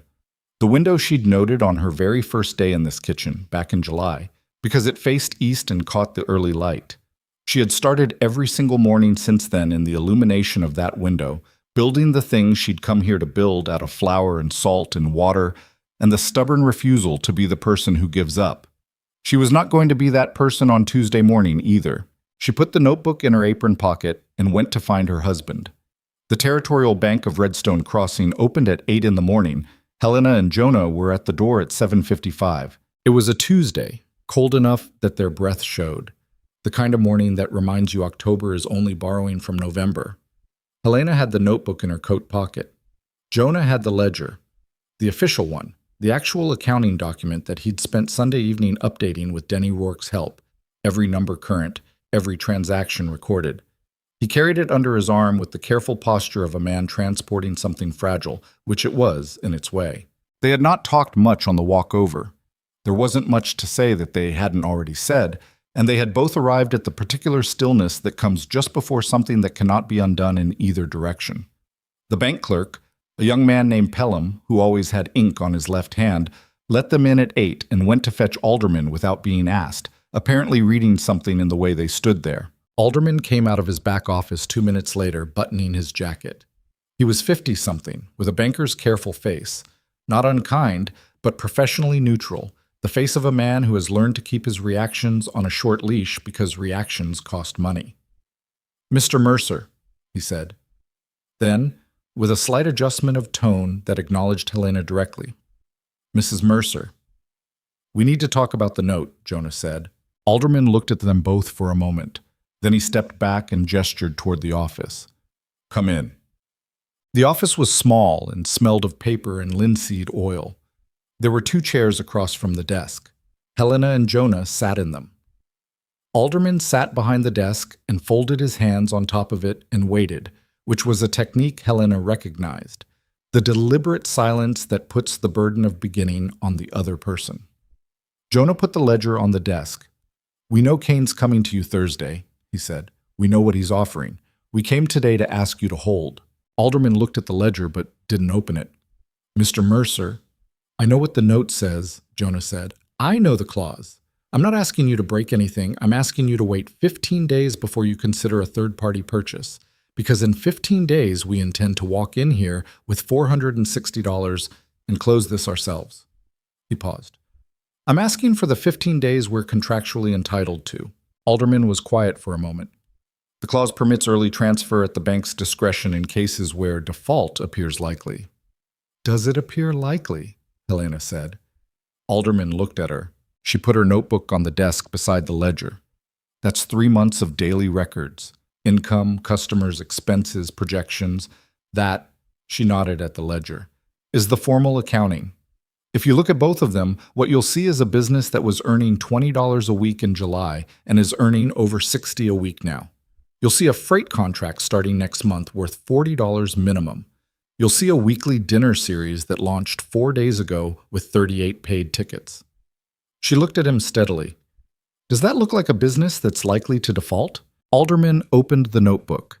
He read for a moment, not skimming, actually reading, his eyes moving line by line down the columns of her small, precise handwriting. He turned 3 pages. 4. "This is not a standard accounting format," he said. "No," Helena said. "It's mine. Every number in it is accurate." He was quiet for another moment. Then he looked at Jonah. "You're still short. Even with everything here, you're short by..." He did a quick calculation. "Somewhere around $180. $174, Helena said. "In 15 days. "Yes." Alderman sat back. He looked at them both with the expression of a man running a private calculation that involves more variables than the ones on the desk in front of him. Helena waited. She had done everything she could do in this room. The rest was his. "I'll tell you something," Alderman said finally, and his voice had shifted slightly. Not warmer exactly, but more direct. The tone of a man stepping out from behind his professional face for a moment. "Victor Kane has been in this office 4 times in the last 2 years trying to get me to move on your note. Every time I've told him the bank doesn't initiate transfers while payments are current." He paused. "Your payments have been current. Late, twice, but current." Jonah said nothing. "Kane came to me last week with a formal offer. $500, cash, transfer of note, deed to follow."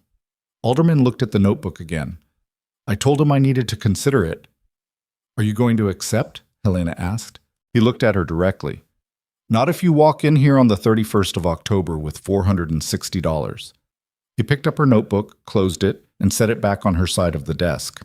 "I'll hold until November 1st. That's what the contract gives you, and that's what you'll get from me."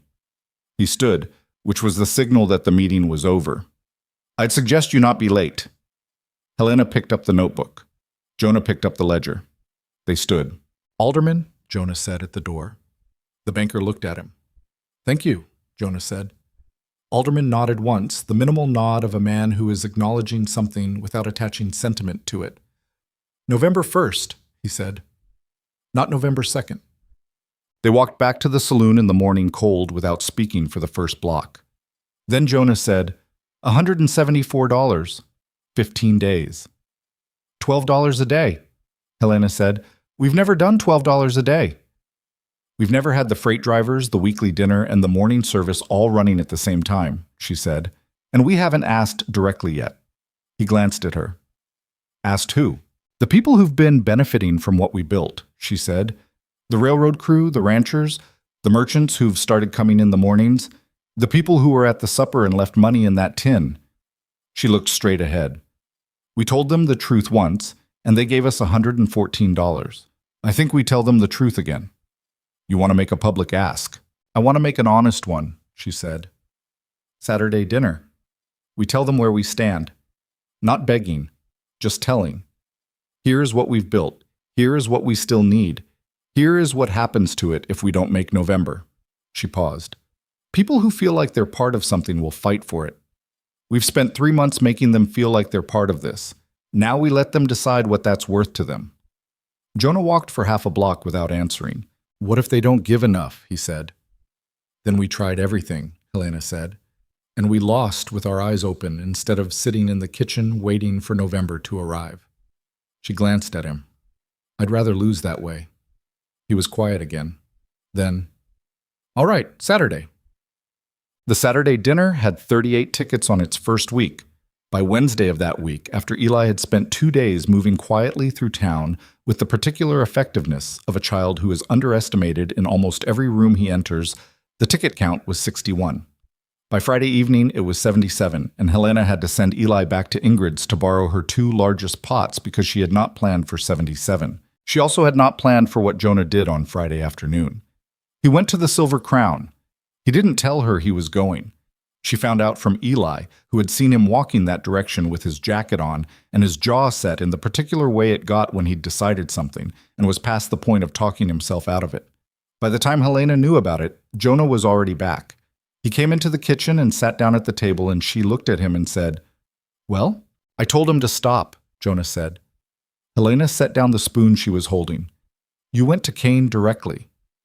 "I walked into the Silver Crown at 2 in the afternoon, asked to see him, and they put me in his back office." He looked at the table. "I told him I knew about Thursday's meeting with the bank. I told him I knew about the starter." He stopped. "And?" "He didn't deny the bank meeting. He said it was business." Jonah's jaw tightened. "He denied the starter. Said he didn't know what I was talking about." "Did you believe him?" A long pause. "No." "What did he say about the supper? About why he was trying to take this building?" Jonah looked up. "He said this town has been his for 15 years, and he built it from nothing, and he wasn't going to watch a woman with a bread crock come in from overseas and start reordering things." He said it flatly, reciting it. That's the exact word he used, reordering. Helena looked at him. "And what did you say?" "I said the town wasn't his. It never was. It belongs to the people in it." He paused. He laughed. "Of course he did," she said. "Then I said—" He stopped again. Something moved across his face, not embarrassment exactly, but the expression of a man who has said something he meant fully and is still getting used to having meant it. "I told him my father built that saloon because he believed Redstone Crossing was going to be something worth building toward, and that I'd spent 7 years failing to live up to that, and that I was done failing." He looked at Helena. "I told him we were going to make November and he was going to have to find something else to do with his $500. Helena held his gaze for a moment. "How did he take that?" she said. "Quietly," Jonah said. "Which I think means he's planning something." "He's always planning something," she said. "We'll deal with it when it arrives." She picked her spoon back up. "Thank you for going." "I should have gone months ago," he said. "Yes," she said. "But you went now." Saturday came with actual weather. Not the threatening gray of the previous week, but real rain, steady and cold, the kind that turns Redstone Crossing's unpaved side streets into mud channels. and make sensible people stay indoors. Helena stood at the kitchen window at 4 in the afternoon and watched it come down and felt, for about 90 seconds, the specific despair of someone who has done everything right and is being undone by weather. Then Eli came in the back door soaking wet and said, "Oak sent word. His whole crew is coming. Brennan, too." She turned from the window. "In this rain." "He said," and I'm saying it like he said it, Eli wiped his face with his sleeve, "that he's eaten Helena Mercer's bread in worse weather than this, and he's not starting now." Something in her chest eased. She turned back to the stove. "Go change. You're dripping on the floor I already swept." By 6 o'clock, the room was full. Full was not an exaggeration. It was full in the structural sense, every chair occupied, people standing near the bar and along the back wall. The noise level at the specific pitch that means a room has exceeded its intended capacity and nobody is leaving because of it. Jonah moved through the crowd with practiced ease now, the ease of a man who had learned in the last 3 months what his father had probably always known, that a room full of people who want to be there is the whole point. Helena came out of the kitchen long enough to look at it. She stood in the kitchen doorway and looked at Brennan and his crew at the long table, and the Duncans with their children, and Ingrid at her east side table with Martha Voss and Clara Dupree, and Pruitt from the hardware store in deep conversation with the Sheriff Aubrey, and Susie Hartman with her laundry women, and Mrs. Castellan, who had driven in from her ranch in the rain because she said the food was worth it, and ranch hands and freight workers and a family she didn't recognize who had apparently heard from someone who had heard from someone else, the way things travel in small places when they're worth traveling. And Eli. Eli moving through the room with the coffee pot, refilling cups, learning names, belonging to something. She went back to the kitchen. There was still food to get out. Well, Jonah made the ask at 8 o'clock. He stood at the bar, not behind it, in front of it, facing the room. And he waited for the noise to settle, which took about 30 seconds. He was not a natural public speaker. He was a man who preferred to handle things in the contained space of one-on-one, and the room full of faces was visibly uncomfortable for him, and he didn't pretend otherwise. He just stood there until it was quiet, and then he talked. "I want to tell you something," he said, "about this place." The room was listening. "When my father built this saloon, he owed money he wasn't sure he could pay back. Most of you didn't know him. He died in 81. But some of you did. He was a man who believed that a town needs a center, a place where it comes together that isn't about what you can afford or who you know or whose side you're on. He built this place to be that." He paused. "I spent about 7 years being bad at keeping it that way." A few people shifted. Nobody looked away. "My wife came here in July with $43 and a crock of sourdough starter and a plan I thought was going to fail," he said. "I was wrong. She built something." He looked at the room. "You're sitting in it right now." Helena, in the kitchen doorway, looked at her hands. "We owe $460 to the Territorial Bank," Jonah said. "Due November 1st. We have 286.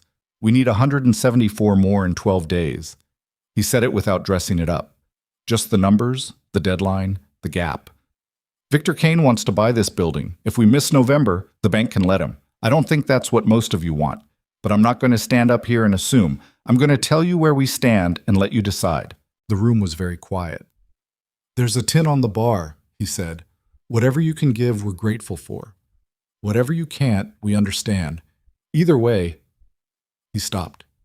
The professional distance he'd been maintaining slipped for just a moment, and what came through underneath it was something unguarded and real.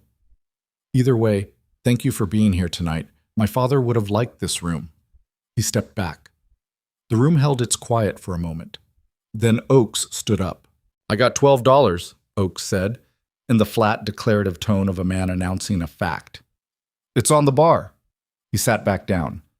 Brennan stood. "Rail crew's putting in 30. He sat down. "Tom Duncan. 20 from us." Mrs. Castellan, without standing. 15, and I'll be back next Saturday." It went around the room in pieces. Not organized, not sequential, just people saying numbers when they felt like saying them. Some standing and some not. Some giving names and some silent. Helena stood in the kitchen doorway and listened to it and did not try to do the arithmetic because some things should not be reduced to arithmetic while they are happening.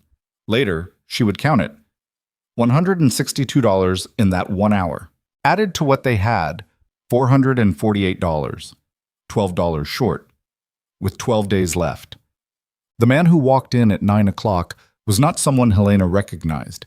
He was well dressed for a rainy Saturday in Redstone Crossing, not ostentatiously, but in the way of a man whose clothes fit properly and were made of good material. He had a leather case under one arm. He looked around the room with the particular look of someone who is assessing a space for professional reasons, and then he made his way to where Jonah was standing near the bar. Helena moved closer without appearing to. "Mr. Mercer?" the man said. "That's right." "My name is Calhoun. I'm with the Territorial Bank." He said it without the bluntness of bad news, carefully neutral, the tone of someone who has learned to give information before it is interpreted. "I was asked by Mr. Alderman to be present this evening." Jonah's posture shifted slightly. "Why?" Calhoun put his leather case on the bar and opened it. "Mr. Alderman received a communication yesterday afternoon that he thought warranted your awareness." He removed a paper and set it on the bar. "Mr. Victor Kane submitted a formal petition to transfer your note to his ownership, citing, and I'm quoting the document, evidence of imminent default and ongoing mismanagement of the encumbered property."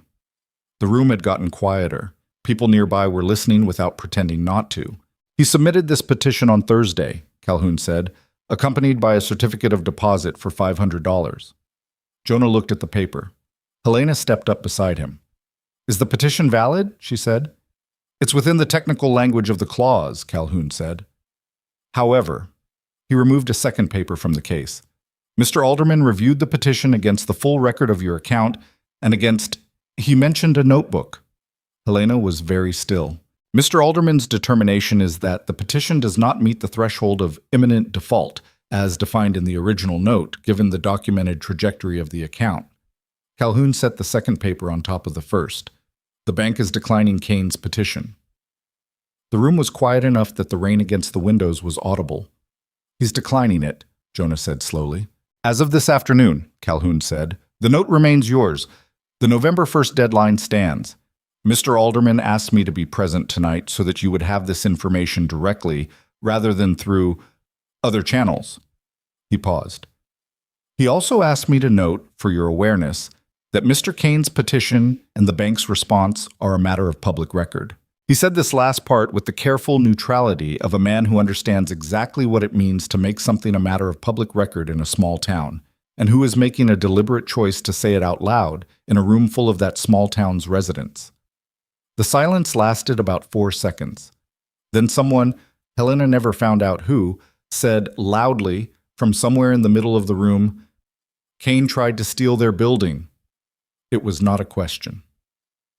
The room's response to this information was not dramatic in the way that dramatic things are sometimes described. There was no shouting, nobody overturned a table. It was quieter than that, and more serious. The specific quiet of people who are rearranging their understanding of something and finding that it has changed the shape of other things they thought they knew. Oakes, who had been at the long table with his crew, put down his fork. He looked at Brennan. Brennan looked back at him. Tom Duncan said something to his wife in a low voice. She nodded once. Mrs. Castellan, at her table, said nothing. She picked up her coffee cup and held it in both hands and looked at the room with the particular expression of a woman who has been watching things go wrong in this county for 20 years and is registering quietly and without fanfare that something has just gone right. Victor Kane was not in the room, but the room was full of people who were going to be in town tomorrow, and the day after, and next week, and the week after that, and they all knew what had just been said in public, in front of witnesses, by a man from the Territorial Bank. Helena watched Jonah's face. He was looking at the room, at all these people in his father's building in the rain, and his expression had the particular quality of a man who is feeling something large and is managing it carefully because the evening is not over and there are still practical things to be done. But his eyes were bright in a way they hadn't been in July, or August, or September, or any point in the 3.5 months she had known him until approximately right now. She stepped up beside him and said quietly, $12. He looked at her. We need $12 more, she said. We have 12 days. He made the sound again, the one that wasn't quite a laugh but was related to it. $12, he said. We'll make $12 by Tuesday morning service, she said. Probably Monday. Probably Monday, he agreed. She looked at him for a moment. His shoulder was close to hers. They were standing the way they had stood that first day on the train platform, each carrying their half of something close enough to be in it together. Your father was right, she said. About the building. About what it's for. Jonah looked at the room, at the families and the railroad men and Ingrid at her table and Eli with his coffee pot belonging to something. Yeah, he said quietly. He was. Calhoun left at 9:30 after a second cup of coffee, which Helena suspected was a small deliberate signal from Alderman. Send a man from the bank who stays for the evening, eats the food, drinks the coffee, sits in the room. The message underneath, this is a real place. It counts. Eli caught her in the kitchen just before 10. It worked, he said. He said it the way he said most things, flatly, as information. But his face was doing something it didn't usually do, something younger and less guarded than his baseline expression, something that in another child would have been called excitement, but in Eli came out more like relief. The relief of someone who has been holding their breath for a long time. It worked, Helena said. The supper, the ask, Calhoun showing up. He looked at her. It all worked. Most of it, she said. We're still $12 short. Helena. He said her name the way someone says a word when they want it to mean something. We're $12 short. That's nothing. That's Tuesday morning. She looked at him. This boy who had stood in the alley and smelled bread and come inside. Who had gotten up at 3 a.m. every day for 3 months without being asked. Who had learned everyone's name. Who had carried information she'd needed and told her the truth when she needed that more. Who was sleeping in a storage room that she was going to figure out how to make more permanent, one way or another. You're right, she said. It's Tuesday morning. He nodded, satisfied. He picked up the dish towel and started helping with the cleanup, because that was what there was to do next, and Eli always did what there was to do next. The rain was still falling outside, steady and cold. Inside, the room was warm and full and loud with the sound of people who had decided, without being asked formally, to be on the same side of something. Helena went back to the stove. There was more coffee to make. There was always more coffee to make, and she had learned, somewhere in the last 3.5 months, that this was not a burden. It was the point. The coffee was the point. The bread was the point. The room full of wet, muddy-booted, rain-soaked people who showed up anyway was the point.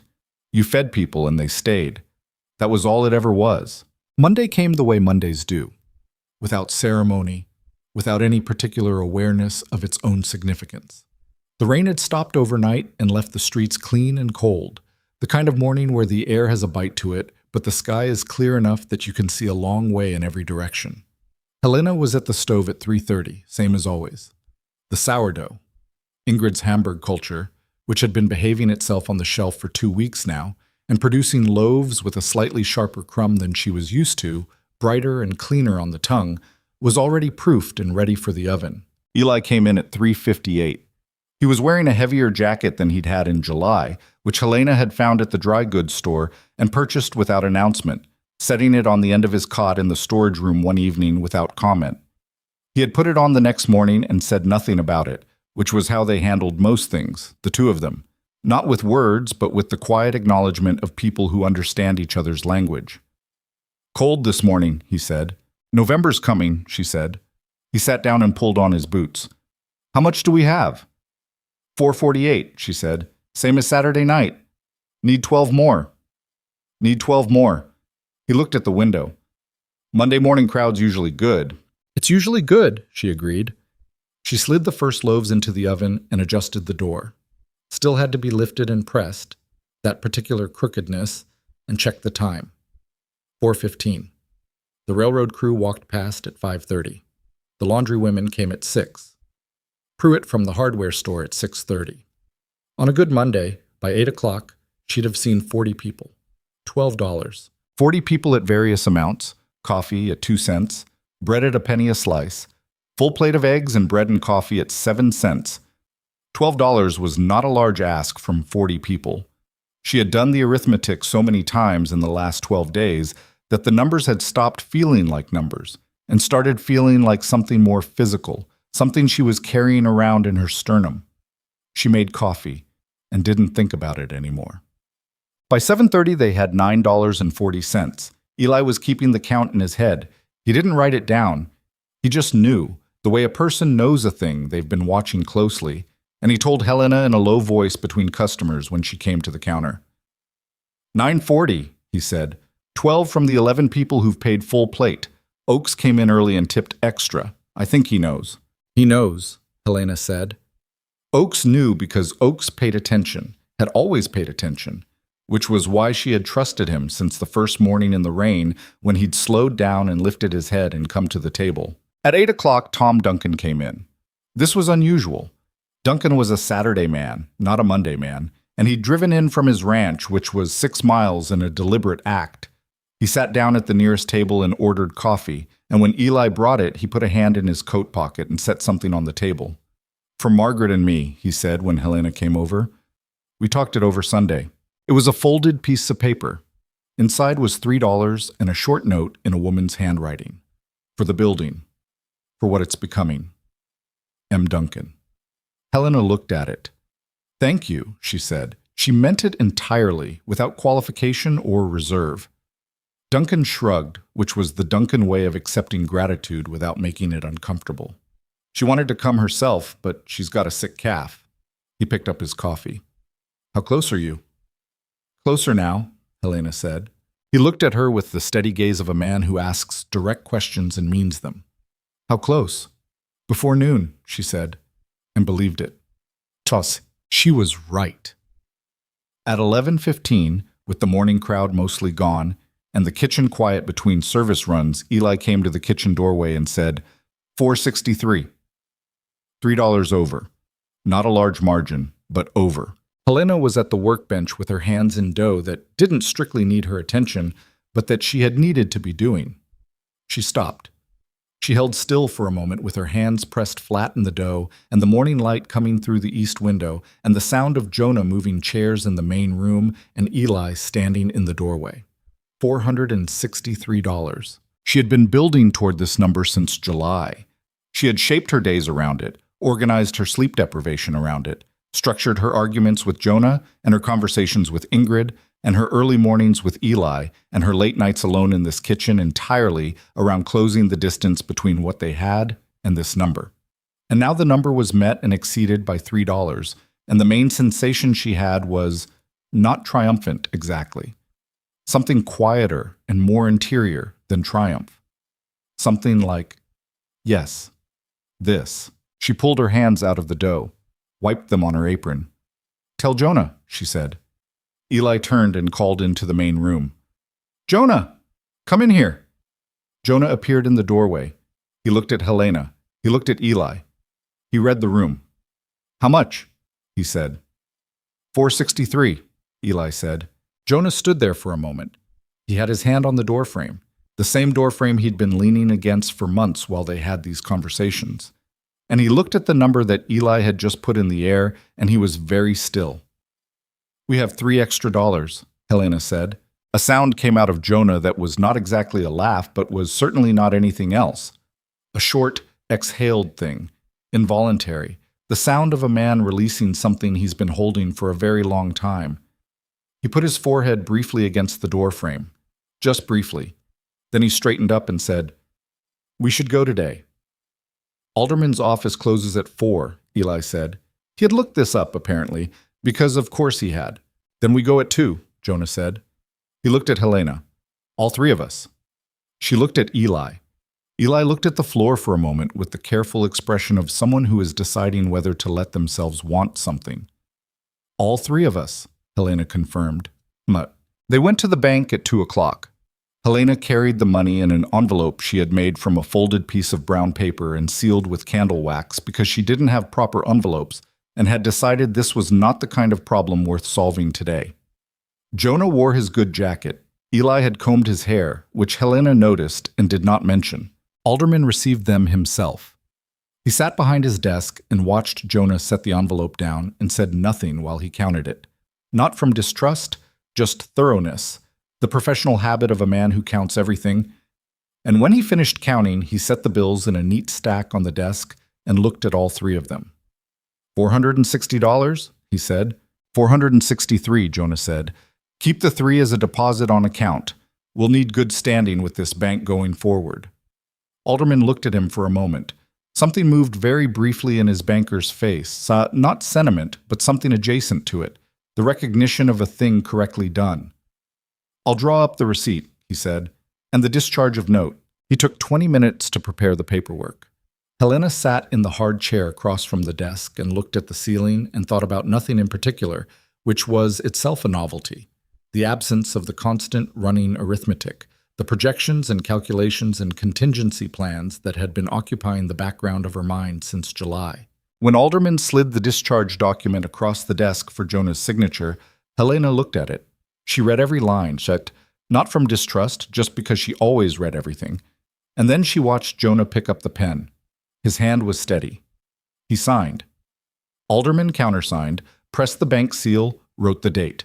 October 28th, 1889, 3 days before the deadline. He handed them their copy and held out his hand to Jonah, who shook it. Then to Helena's mild surprise, he held out his hand to her as well. Mrs. Mercer. She shook it. That notebook, he said, and paused, choosing words with the care of a man who doesn't say extra things as a rule. Keep it. Whatever you build next, keep the record of it. I intend to, she said. They walked out of the bank into the cold October afternoon with a piece of paper that said the building was theirs, and that was all, and it was entirely sufficient. Eli walked between them on the way back. Not planned, just the way it worked out, the 3 of them taking up the width of the boardwalk, and he was in the middle because that was where there was space. They were half a block from the saloon when Eli said, without particular preamble, "What happens to me now?" Helena glanced at him. He was looking straight ahead, jaw slightly set, the careful neutrality of a child who has learned that the answer to this question can go badly and is preparing for that possibility. What do you mean? She said, though she understood exactly what he meant. I mean, the debt's paid. The building's safe. He kept walking. You don't need someone to carry bread anymore. The bread still needs to be carried, she said. You could hire someone. I could, she said. I'm not going to. He was quiet. Eli, Jonah said from his side. The boy looked at him. We talked about it, Jonah said. It was direct and plain, and it did not dress itself up. There's a real room upstairs. Helena's been working on it. She thinks you don't know, but you probably do, because you notice everything. Eli's expression shifted by about 1 millimeter, which on his face was considerable. It's yours if you want it, Jonah said. The room and what goes with it, school, meals, the whole arrangement. He looked at Eli steadily. We're not talking about charity or employment. We're talking about something more permanent than that. If you want it. Eli was quiet for long enough that Helena counted her own heartbeats. I'd have to think about it, he said. That's fine, Jonah said. They reached the saloon door. Eli opened it, which he always did, first one through, and then he stopped in the doorway and turned back and looked at them both with the expression of someone who has thought about something very quickly and arrived at the answer they already knew. I don't need to think about it, he said. He went inside. Helena looked at Jonah. Jonah looked at Helena. The room needs a window, she said. The east wall. I know a man who does windows, Jonah said. They went inside. Victor Kane's response to the bank's rejection of his petition was not immediate and not loud, and not the kind of thing that could be pointed to as a single action. It was instead the slow, territorial withdrawal of a man recalibrating. He did not come to Mercer's saloon. He did not send Beckett. He did not do anything that acknowledged what had happened, because acknowledgement would have required him to assign it the significance it had. But the town noticed things the way towns do. They noticed that the Silver Crown's prices dropped in November, the cost of a meal falling to match what Helena was charging, an admission made in the language of commerce that there was now actual competition to respond to. They noticed that Beckett stopped appearing at the freight depot for his usual morning conversations with Sayers, which meant Kane was now careful about what he said in spaces where Eli Carter might be sweeping. And they noticed, slowly, then faster, that people who had been going to the Silver Crown by default were starting to make a different choice. Not all of them, not even most of them, not yet. The Silver Crown was still the Silver Crown, established and known, and habit is a powerful force. But the Tuesday ranchers and the Wednesday families and the Thursday women and the Saturday dinners were building something at Mercer's that had nothing to do with price and everything to do with the quality of a thing that is made rather than merely sold. Kane could cut his prices. He could not replicate the feeling of a room that had been through something together. He understood this, Helena thought. She never met him again after the night Beckett had come in and looked at the tables, but she understood the shape of a man who has been used to being the only option in a place, and she thought about what that must feel like now. Not with satisfaction, exactly, but with the sober recognition that power used badly tends to hollow itself out. Kane had spent 15 years building control over Redstone Crossing, and what he had built was compliance, which looks like loyalty until it isn't. What she had built, in 4 months, was something people chose. That was the difference, and it was not a small one.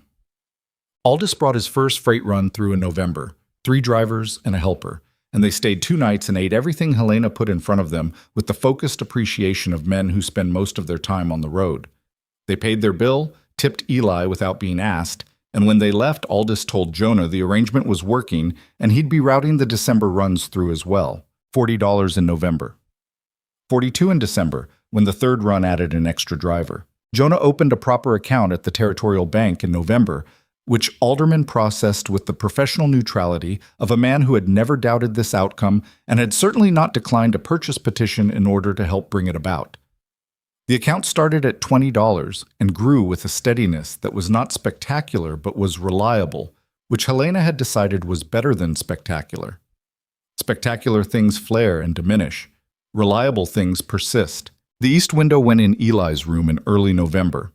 Jonah did most of the work himself, with help from Pruitt's Hardware and a younger man named Cal, who worked at the lumberyard and who had, over the course of the summer and fall, become the kind of person who showed up when there was work to be done at Mercer's without being called specifically. Helena noticed this pattern, the way the saloon had begun to accumulate people who treated it as a place they had some investment in, and thought of what Ingrid had said in August.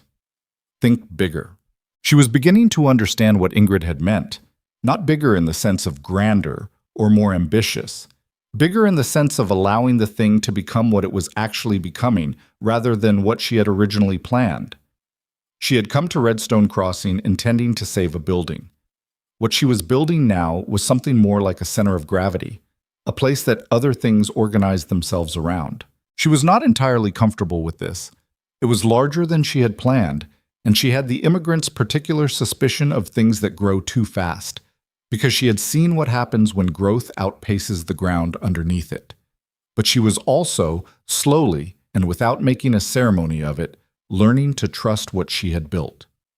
Ingrid came on a Thursday in late November, which was her way, and sat at her east side table and ordered coffee, and looked at the room with the sharp blue eyes that had not aged the way everything else had. "You're different," she said, when Helena sat down across from her. "Different how?" "Steadier," Ingrid said. "In July you were running forward to stay ahead of something. Now you're running because you want to." Helena considered this. "Is there a difference?" "All the difference in the world," Ingrid said. She held her cup in both hands the way she always did. "Fear is a poor fuel. It burns fast and hot, and then it's gone, and there's nothing left. This," she gestured vaguely at the room, at the morning crowd, at Eli moving through it, "this burns different." Helena looked at the room. Oakes was at his usual table, not in any hurry, eating the dark rye that he'd been ordering every morning for 4 months. The Hartman women at their Thursday table, talking over each other in the comfortable way of people who have run out of reason to be careful around each other. Jonah behind the bar, talking with a young ranch hand about something. She could tell by his posture that it was going well. That easy openness he'd found somewhere in October and kept. I thought I was coming here for the building," Helena said. "I thought the building was the point." "The building was the beginning," Ingrid said. "That's different." "I know that now." Ingrid looked at her. "Do you know what the point is?" Helena was quiet for a moment. She thought about Eli in the alley in the dark, following the smell of bread. She thought about Oakes lifting his head in the rain. She thought about Tom Duncan's wife writing for what it's becoming on a piece of paper. She thought about Jonah with his forehead against the doorframe for one unguarded second releasing something he'd been carrying for 7 years. People need a place, she said. Not just food, not just shelter. A place where they're expected, where they matter to the room. She paused. I think that's what my grandmother knew when she kept the starter, when she brought it on the crossing. It wasn't the bread, it was the continuity of the thing. The proof that someone had kept something alive for you across time and distance so that you could have it now. She looked at Ingrid. You understood that. That's why you gave me yours. Ingrid was quiet for a moment. Something in her old face had shifted, not to softness exactly, because Ingrid was not a soft woman, but to the particular expression of someone who has heard the thing they hoped someone would eventually say. You're going to be all right, she said. I know, Helena said. Don't get complacent, Ingrid said immediately, because she was Ingrid. I won't, Helena said, almost smiling. Well, the Saturday dinners became what Helena had hoped they would become, and then became something larger than that. By December, they were ticketed 2 weeks in advance. By January, Jonah had borrowed 2 tables from the community hall on a permanent basis, and the back wall had been pushed out by 4 feet. A project that took 3 weekends and involved more disagreement between Jonah and Cal about the correct way to frame a new wall than Helena had thought was possible over a subject so apparently simple. The railroad contract expanded in January, when Brennan's crew was extended and a second foreman began routing his men through. Aldous added a 4th monthly run. Helena hired Clara Dupree 3 mornings a week to help with prep, which was the first time she had paid anyone to work in the kitchen, and which she did after 2 months of resisting the idea on the grounds that she was not the kind of person who needed help, followed by one conversation with Jonah in which he pointed out, with careful patience, that not needing help and refusing help were not the same thing and had not been the same thing for some time. She gave Clara the job the next day. You're stubborn, Jonah told her. Yes, she agreed. You knew that in July. I did, he said. I decided it was worth it. She looked at him. He was at the bar, doing the end-of-day count, which he had been doing for months now, with the focused attention of a man who has discovered that caring about numbers is different from being afraid of them. The amber eyes were calm. He had stopped holding his glass without filling it. He had started taking his hat off when he came in from outside, the small, unconscious gesture of a man who thinks of a space as home. She thought about the train platform in July. Each of them carrying one handle of the trunk, neither of them sure what they were walking toward.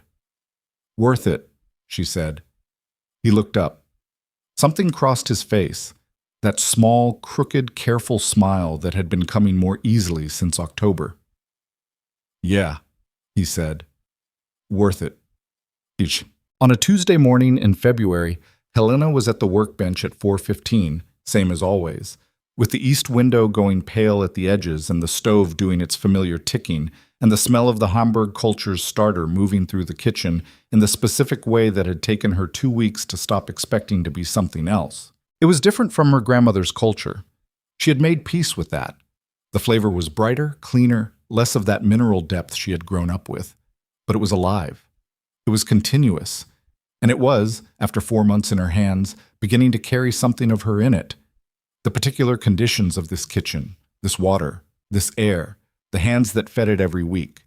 It was becoming, slowly, hers. She thought sometimes about the original crock, about whoever had taken it on the night of the first supper, and where it had ended up. She thought about whether the culture was still alive somewhere, in some kitchen she would never see, being fed by someone who didn't know what they had. She hoped it was. It was not a feeling she had expected to arrive at, this particular quality of loss that had resolved not into bitterness, but into something more like quiet acceptance. The original starter was gone. Ingrid's was here. Both things were true. And she had learned, somewhere in the months since October, that holding 2 true things at once was not a contradiction. It was just life, which tends to give and take in the same gesture and rarely asks whether you're ready. Eli came in at 3:58. He was taller than he'd been in July. Not dramatically, an inch, maybe an inch and a half, but enough that Helena had noticed it the way you notice things in people you see every day, not until you look at a photograph from 6 months ago and think, oh, when did that happen? He filled out the jacket she'd bought him. He had started at the schoolhouse in November, 3 mornings a week, fitted in between the bread service and the lunch prep, and the school teacher, a woman named Ferris, who had the particular quality of competence that shows itself most clearly when it's being quiet, had sent a note in December saying he was quick and she would like to discuss accelerated reading with them when convenient. Helena had read this note 3 times. She had not told Eli about it yet. She was waiting for the right moment, which she knew was a thing people say when they are actually processing their own response to something before they can talk about it. He sat down and pulled on his boots and looked at the oven. "Smells good." "Hamburg culture," she said. "It's been cooperating lately." "You say that like it's a person." "Everything that's alive has moods," she said, sourdough included. He considered this without apparent skepticism, which was one of the things about him. He had the pragmatism of someone who has learned that the world is strange and being surprised by it costs more energy than just accepting the new information. He tied his second boot. "Are we busy today?" "We're always busy now," she said. "I know." He stood up, picked up the cloth he used for the counter, ready to start the morning. "I used to think this place was going to close," he said. Not to her specifically, more to the general air of the kitchen. "In the beginning, when I first started coming in, I thought you'd be gone before winter." "So did half the town," Helena said. "Yeah." He looked at the door to the main room. "I think that's why I kept coming back. I wanted to see what you'd do." She looked at him. "And?" He shrugged, which on Eli meant something. "You didn't quit," he said. "That was it, basically. You just didn't quit." He paused. "It sounds simple." "It is simple," she said. "It's just not easy." He thought about this for a moment. Then he nodded, once, the way he nodded when he'd filed something away in whatever internal library he kept of things worth remembering. "Okay," he said, "I'm going to set up the front." He went out into the main room, and she heard the familiar sounds of the morning beginning, the scrape of a chair, the clink of cups being set out, the front door opening briefly as he checked the temperature outside and decided whether to put the outdoor table up. Cold, probably. It was February, and the outdoor table had been inside since November, but he checked anyway. He always checked. Helena turned back to the oven, adjusted the door. Still crooked, she had not fixed it, had decided it was now a feature rather than a flaw, and began the first task of the morning, which was the same as yesterday's first task, and tomorrow's, which was the entire point. She was in her kitchen. Her grandmother's starter was gone. Ingrid's was on the shelf. The building was paid. The debt was dead. The boy was in the main room setting tables. Her husband was asleep upstairs and would be down in 2 hours and would make the coffee and then stand at the bar doing the count, and whatever the count said, they would work with it. Outside, Redstone Crossing was cold and still and waiting for morning, which it did every day, which is what towns do. They wait for the people in them to decide what kind of place they want to be. That is always the question, and there is never a final answer to it. Only the daily choice, made imperfectly and repeatedly, and sometimes badly, and then corrected and made again. A town is not a fixed thing. Neither is a person. Neither is a marriage or a family or a sourdough culture that crossed an ocean and survived a theft and landed in a different crock in a different kitchen and kept going anyway. What keeps things alive is not the absence of loss. Loss comes regardless. It comes in the night when you're busy with a party. It comes in clauses of debt notes signed before you were paying attention. It comes in the particular cold of a February morning when you are 31 years old and an ocean away from everyone you started with. What keeps things alive is the decision to keep feeding them. That was what her grandmother knew. That was what Ingrid had understood well enough to give away the things she'd kept for 60 years. That was what Jonah had found, somewhere between the door frame and the bank, and the night his father's room full of people turned toward each other instead of away. You feed the thing. Every day. Even when you're tired. Even when you're not sure it's working. Even when someone has come in the night and taken something you cannot get back. You feed the thing, and you get up tomorrow and you feed it again. The bread proves it every morning. You put the living thing in the oven. You wait. It rises.